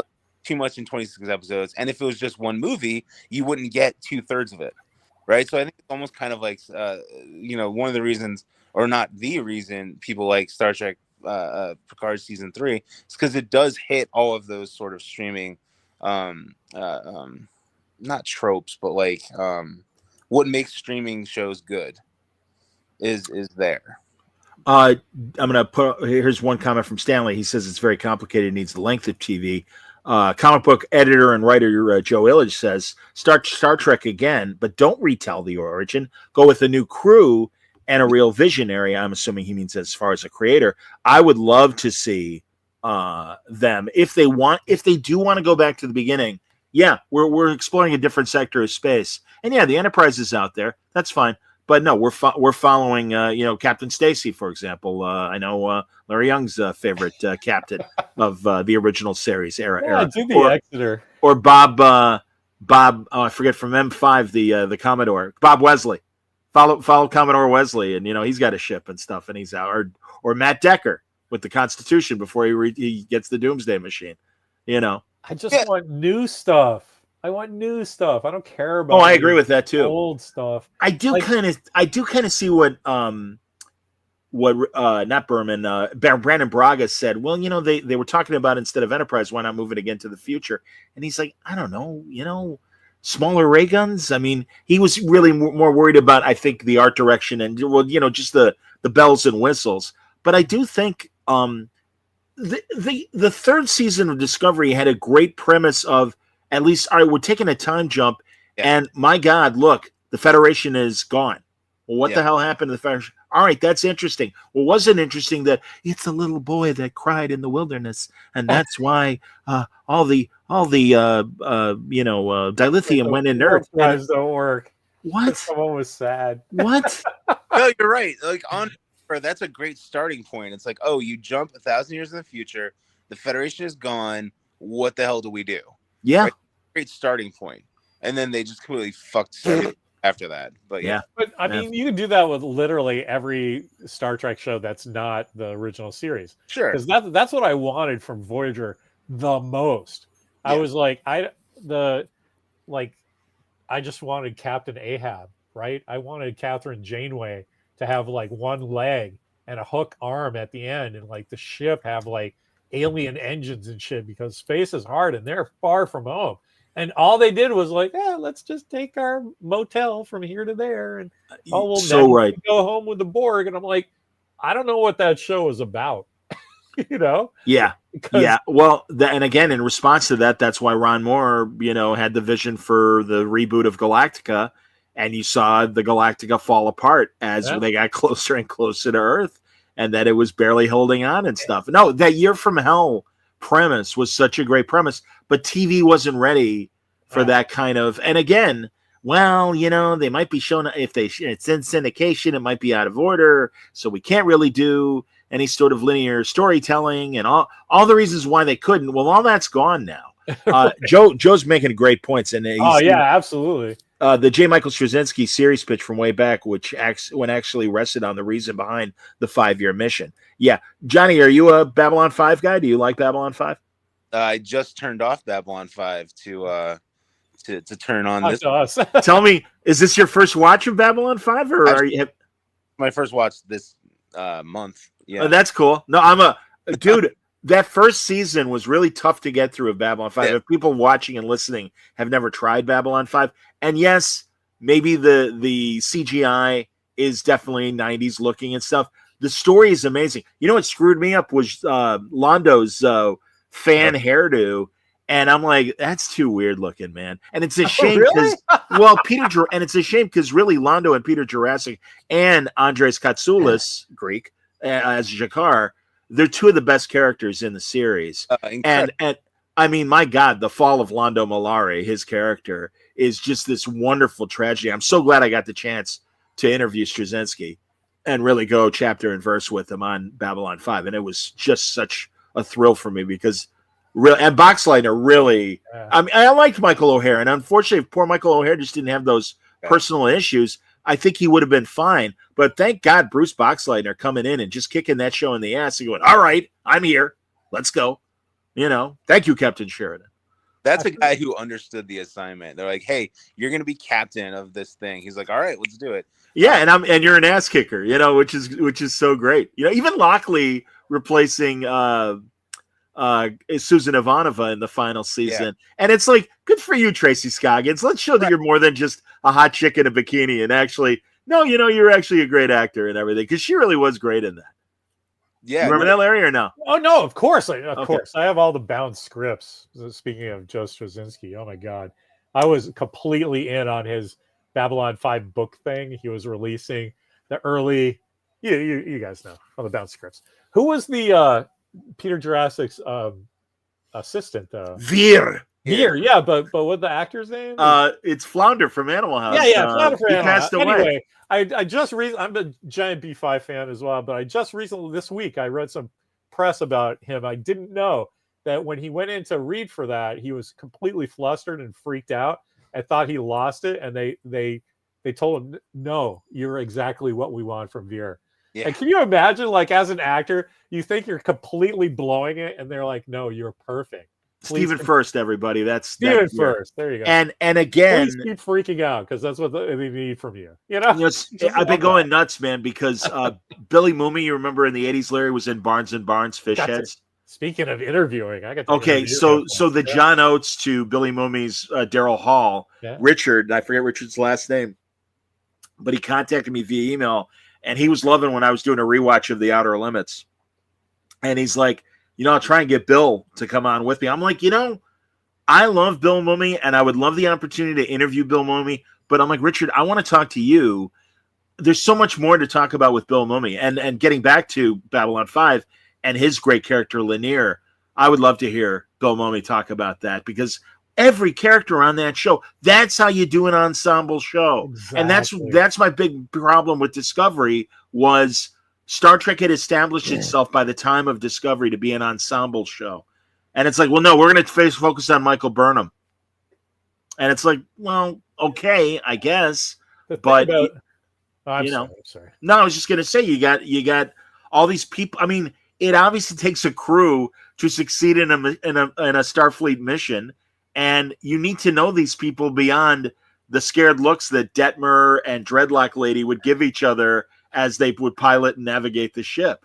And it's just like, no, man, no, I need to know about these other people. And that's where Babylon 5 and Galactica and 90s Trek, you knew these people. You understood who these people were and why they were important to the mission. And it wasn't just because of their race or orientation. They actually had something to do on the ship. I still am angry at Gray and Blue and Gray was the character. Yeah. And the Adira was the non-binary person. Yeah, what was that about? And and again, that's great that they have a relationship, but you made Adira a character that had a Trill symbiote that can't get in touch with the symbiote's past lives. Well, that's what a Trill was about. So you just screwed up that character. And then Blue was just there as the Adira's significant other, or Gray, excuse me, the name was Gray. And I'm just like, well, yeah, that's awesome that you're a trans actor. Wonderful. Do you have a purpose on this ship? Well, they really didn't give me a purpose, but I'm here. And it's like, okay, well, that's great. You're there from a representational standpoint, but they kind of left you at square one for 3 seasons. So I don't know what to tell you.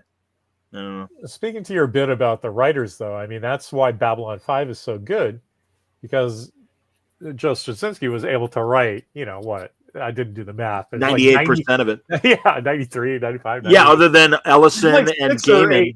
Yeah, there's like 6 or 8 other screenwriters, and they're all giant talented friends of his. So it's kind of like, well, they get what he did. He just didn't have time to do these or whatever. Sure. Whatever happened. But talk about a single vision across 5 years, right? Like if Star Trek had that, which they don't, but you know what does? The fucking Marvel movies. So it's possible to do. It's not just this magical thing that happened once in the 90s. I mean, I don't know. That's funny. Mike Jones says that Michael Burnham at times is like Zap Brannigan from Futurama, but no one was in on the joke. The Zapster. Did you see and Larry, did you guys see that from the late summer, that Babylon 5 movie that dealt with alternate universes and stuff? The animated movie they made? The animated movie? No. It was good. Yeah, it was fun. It was fun. It's for a standalone, Everybody's dead. All my favorite characters. You're absolutely right, man, and that sucks. I just had no interest. I'm like, yeah. No, it does suck. And man, especially even now, Mira Furlan as well. Delenn is dead and everything. Yeah. But yeah, man, Johnny, it's so funny because truly I've been doing the same thing, watching old episodes. And man, you miss Jerry Doyle. You miss poor Richard Brooks. Wasn't that Stephen, the doctor? Oh, yeah. Richard Biggs? Is that it? Biggs. That's right. Richard Biggs. Thank you. Yes. No, great show, man. Conway, right? Jeff Conway? Oh, yeah. Poor Jeff Conway. Yeah, Zach. That was the one I was like, why are these guys? They're all dying of like old age. Well, it's like, really? Conway had a serious a little drug hard problem. in Hollywood sometimes if you run the engine hot, but what are you going to do? Yeah. Well, Straczynski is trying Say it again, Johnny. You cut out a little bit. He's trying to reboot yes. Babylon 5, which, I mean, he's doing it. It's not like someone else is doing it. Right. So I have faith in that, I guess. If it happens, it's up to Warner's.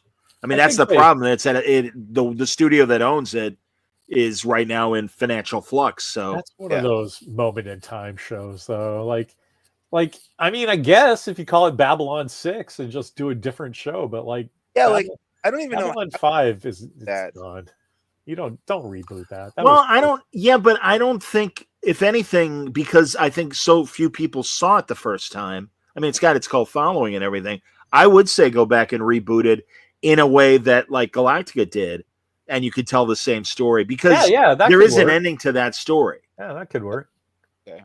I mean, I don't know. Do you follow David Sheridan, Delenn and Captain Sheridan's son? David is safe. Don't worry, John. But I want, me, I just as a fan, I just want Babylon 3. Give me all of that. No, seriously. The stuff with Zathras and I love Zathras. The first Commander Sinclair, he's like, come on, give me all of that if you have to do it. But whatever. Have you guys ever read any of the novels? They wrote really good. Del Rey, I think, was the name of the publisher, and there were a couple really, really good ones that filled in gaps of the story and everything, and they did a great job. And also another guy, I hope the plan is to invite Walter Koenig to Terrificon this coming August. Oh yeah, but he is up there, and God bless him. I certainly want him to be there as long as he can. But I would love to talk to him about Bester even more so than Chekhov, and I know he would love that because Joe Straczynski totally looking out for Walter Koenig. Like, I got a character for you, man. How about this? And what a great character for Koenig. I thought he was amazing. The way you do Section 31, right? Just do good point. Yes, do a little something like that, and I'm good all day long. Good point. Where is Mitch show again? Terrificon, is it Connecticut? Yeah, it's Mohegan Sun. I might have to go out there someday. Oh, that'd be great. That'd be a good thing to do for Uncle Walt, right? Don't you have a picture with him, John Price? Who? Which Walt? Walter Koenig. Oh, Koenig. Oh yeah. Oh, Uncle Walter. Yeah. We called him Uncle Walt. Uncle Walt. I thought you meant Disney. Sorry. Got it.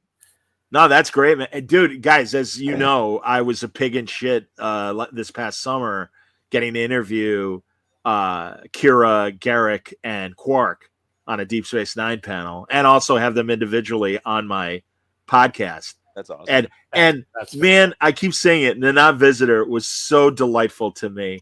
And we did the Zoom, and then I saw her on Friday, and I saw her all weekend, and then Sunday was our panel. And it's an hour before the panel. I'm in the green room pouring coffee, and I get this gentle elbow in my back, and I turn. She's like, "Hey, you ready for us?" And I'm like, "Absolutely." And Andrew Robinson Garrick's like, "John, we know we're in good hands with you." And seriously, man, I almost started crying. I'm like, "All right, please don't say that." I go, I need to keep my cool and get through this hour with you guys, because truly, it was. I mean, really, you guys, you know, and my listeners and viewers know, dream come true talking to those people. And Ethan Peck and Cecily Gooding from Strange New Worlds were very nice people, and I kid glove them because I'm like, you don't need my baggage of, hey, how you doing? Let me tell you why your show sucks. Right. I mean, and I don't think it. And again, it's like, well, but I allowed myself to ask them, do you think Starfleet is a military organization? And it was fantastic because the crowd went, ooh, and I'm like, oh, I love that reaction. And Ethan looked at me like, really? You're going to fuck with us like this? And I'm like, there's no right answer. Yeah. I just want to know your honest opinion. And he said, I think it's a scientific organization. But Cecily goes, I think it's a military organization. I'm like, They're okay. both right. That's what's awesome, right? It's Well, a you just don't want paramilitary. to. You just don't want to lose the chain of the command. And again, It's science with command rank.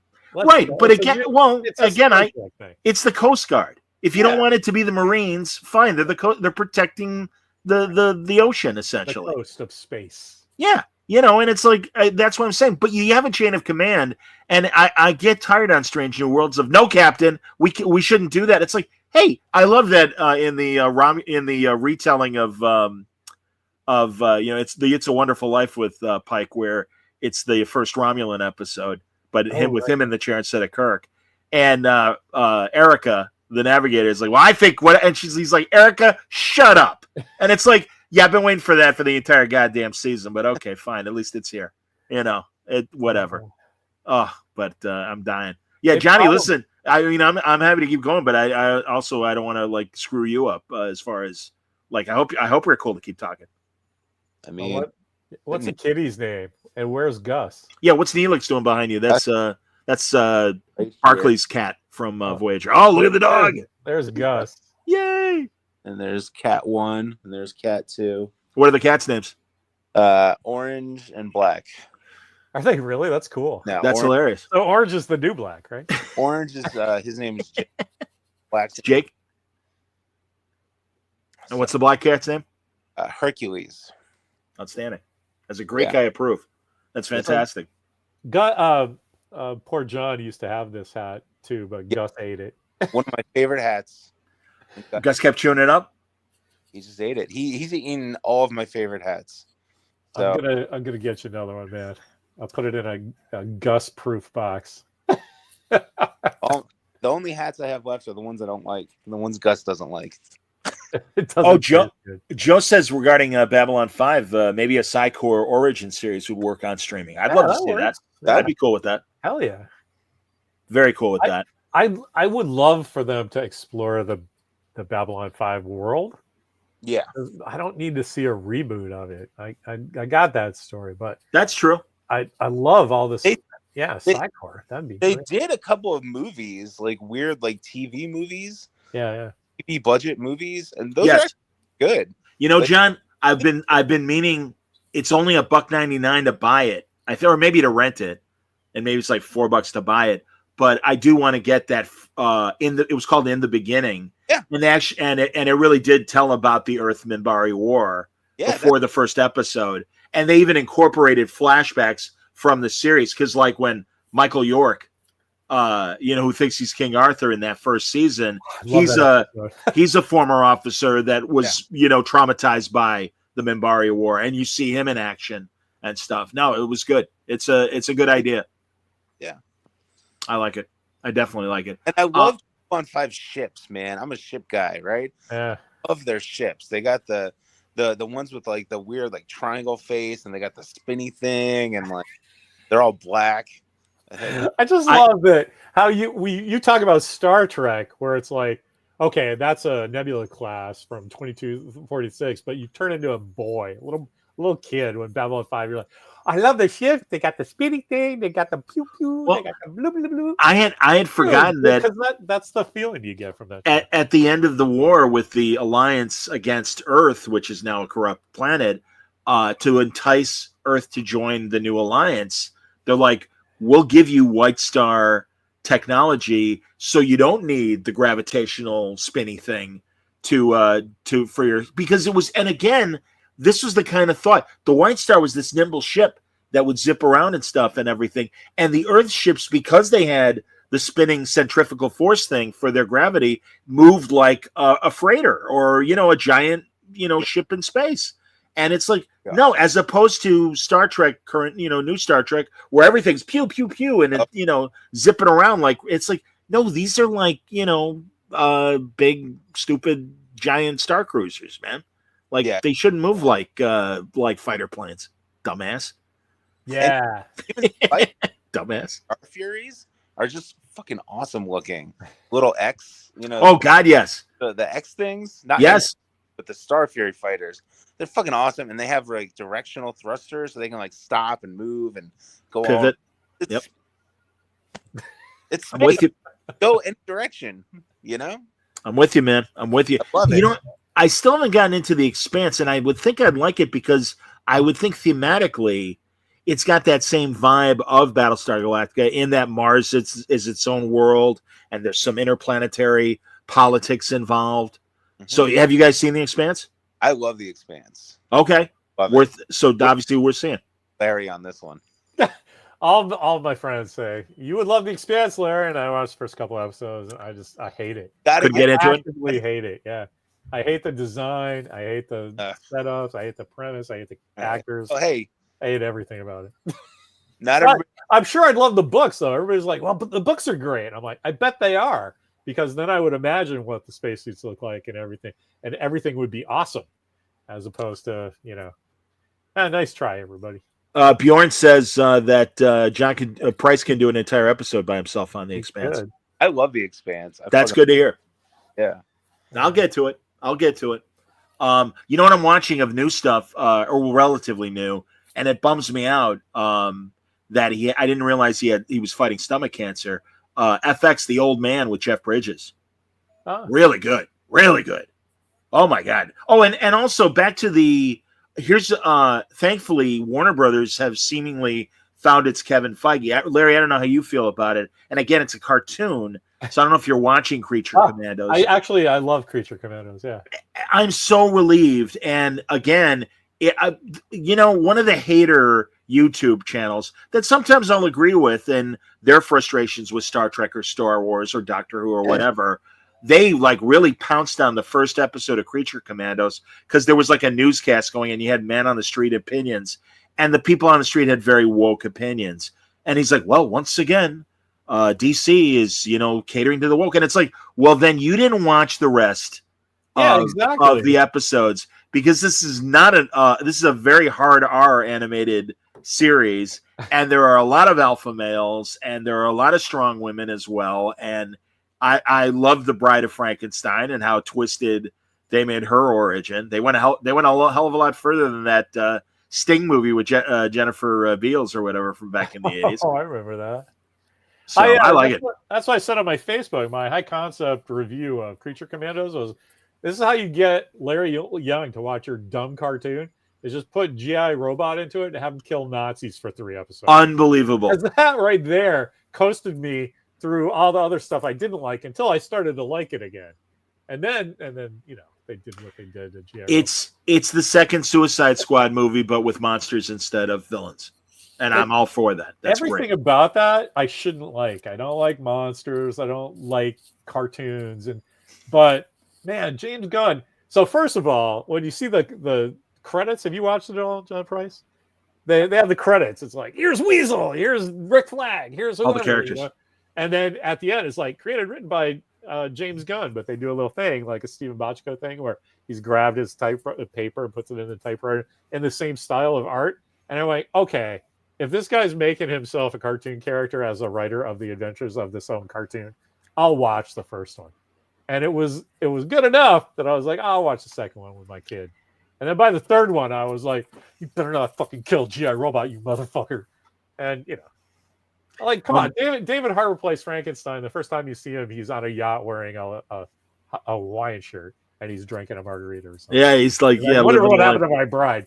Like, come on, that's how you do monsters. If you want me involved, it was great. It's very funny. It's very funny. It's very action oriented, and it's great that real actors. And what if has been stabbed? Their guts come out. Oh yeah. No, it's from a violence standpoint. Yeah, it's gross. No, it goes hard R. Good. It should go hard R. I think it's fantastic. I love it. And also, I noticed hard R. like Disney. Well, you know what I mean. I know, it just means something different in my family. So all right, well there you go. Well, I mean they got characters fucking, in the cartoon. Do. Oh my god, there's a lot of sex in the cartoon, which cracks me up. Yeah. But I found it interesting because at the very beginning of the cartoon, there's a Superman logo, and it's clearly 1938 Joe Shuster drawn Superman, and he's snapping through chains. and it's an homage to that first appearance in Action One. There was a still or like a one shot within Action One of Superman like that. I think it's like their trademark protection in the same way that the Walt Disney stuff now starts with the image of Steamboat Willie whistling, and that yes, people can use the character, but you're going to be walking a tightrope because if they want to come after you, it's now part of current Walt Disney programming. And also, Larry knows they made that I forget what it was called, but that Batman story with Dan Jurgens writing and Mike Perkins drawing, and it basically was a Batman story in DC Comics graphic novel series where it was set in 1939, the year of Detective 27.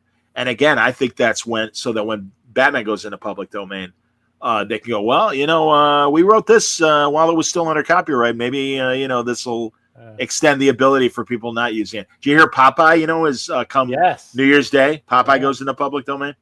I'm very excited, though, before we get too far away from the DC Studios logo. I hope they use that for the Superman movie. Me too. Just because it's not, their other attempts have been very Marvel, right? Like, here are guys, too, and it's not flipping through, but it's, no, man, that's all you need. Superman, 1938, DC Studios, you get it. I'm with you.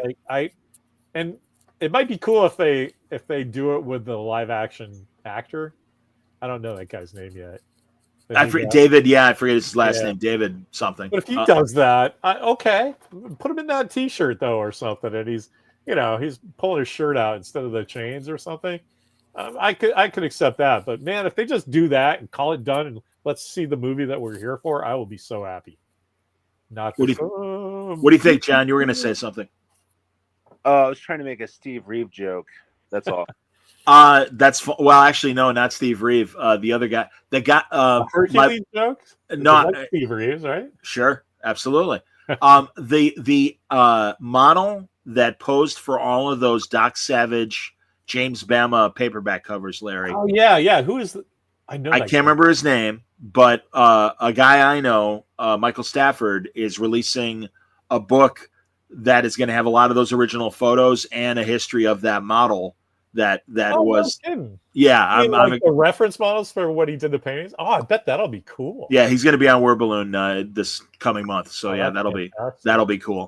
What else was I going to say? That reminded me. Oh, Skeleton Crew, pretty good so far. I didn't want to watch Star Wars Goonies, but I have to admit they've sucked me in, and I love that Jude Law is as great as he is in it. It's not though. It's Star Wars Treasure Planet. Right? That's fair. Treasure Island. Hey, sure, all that pirate stuff, Yeah, I love the robot. It's just what I tell people because I just said I hate creature stuff and monsters, and so I hate horror movies. But Alien's like one of my top 5 movies ever. So I just tell people it's not a horror movie; it's a science fiction movie. Everybody's got science. Everybody's got astronaut. Of course, it's a horror movie, but so that's just what I tell myself about. It's not Goonies because I can't like Goonies because I hate stuff with kid protagonists. But this is great because it is good. Jude Law's in it, and there's a pirate robot and all this other stuff. I kind of forget there are kids in it. Thank you, JD. Yes, Steve Holland is who we were thinking of. That is the Doc Savage model. Yes, and Mike also. Yes, indeed. Thank you, guys. And Sagasak says that they are using that animated Superman logo for the Christopher Reeve. Hell yes. Documentary. I'm very excited. And Bjorn says that Skeleton Crew is Jules Verne meets George Lucas. Yeah.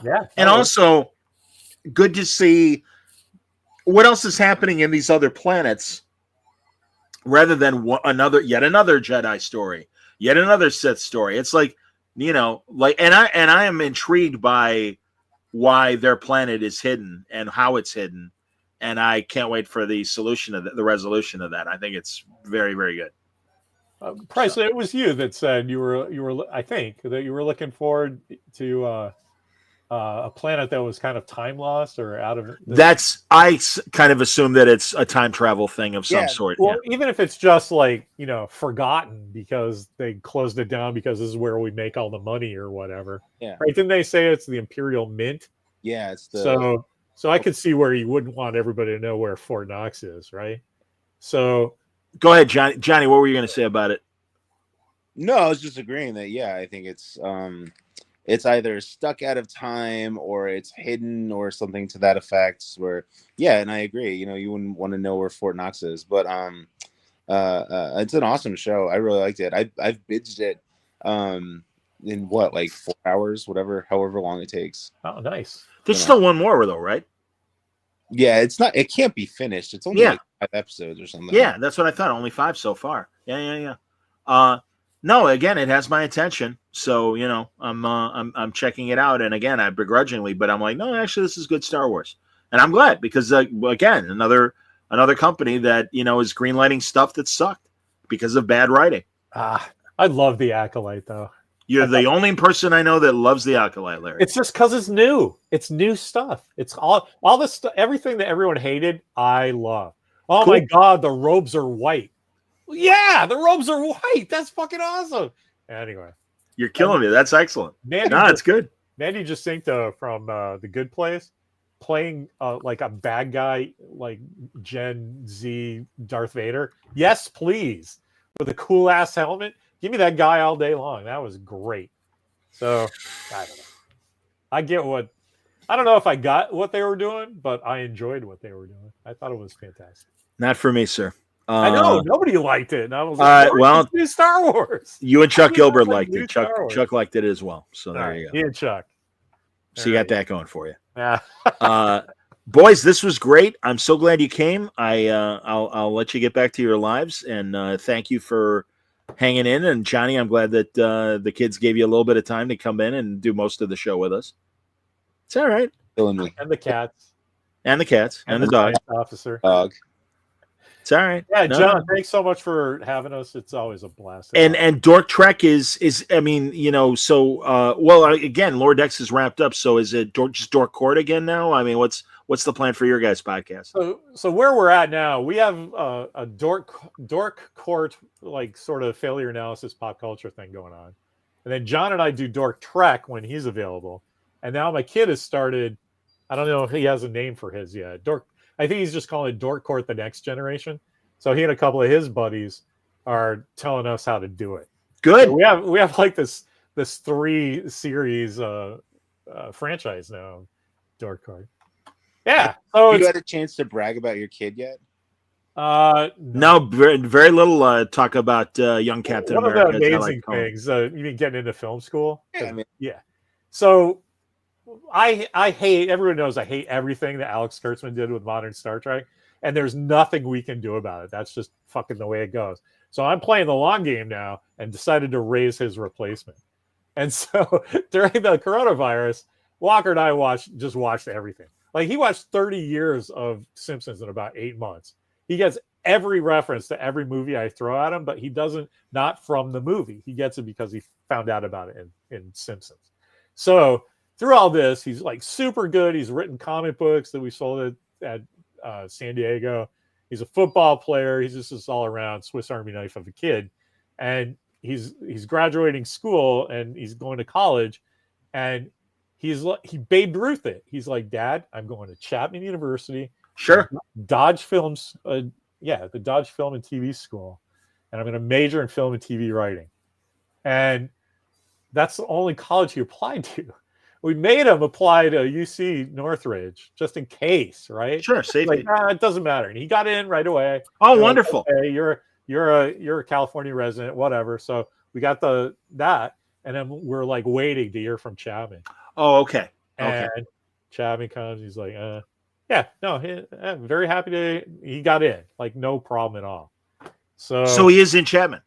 He accepted early decision to Chapman. Class of 2029. That's great, man. Yeah, No, I know. really, I know. Everybody's very happy just getting in where you want to go, doing what you want to do. Well, That wasn't me when I was 17. I'm like, I guess I'll go to college. I went to college, but no, I didn't know what I was gonna do there. It was my third choice, but it worked out for me, and then of course the school honored me, so it worked out fine. Well, you're like old. You're the radio guy from Chicago. Yeah, but I'm really, guys, I'm so small. I am so small in the radio world. again, Not to us, though. and well, thank you, but yeah, like the school's communications department did put me in their broadcast hall of fame, but it was for podcasting, and they're like, well, you started in 05. They're like, you're an original podcaster, and I'm like, OG. yeah. I'm like, all right. You're one of those original radio guys that saw podcasts and just went, "This is radio for the 21st century."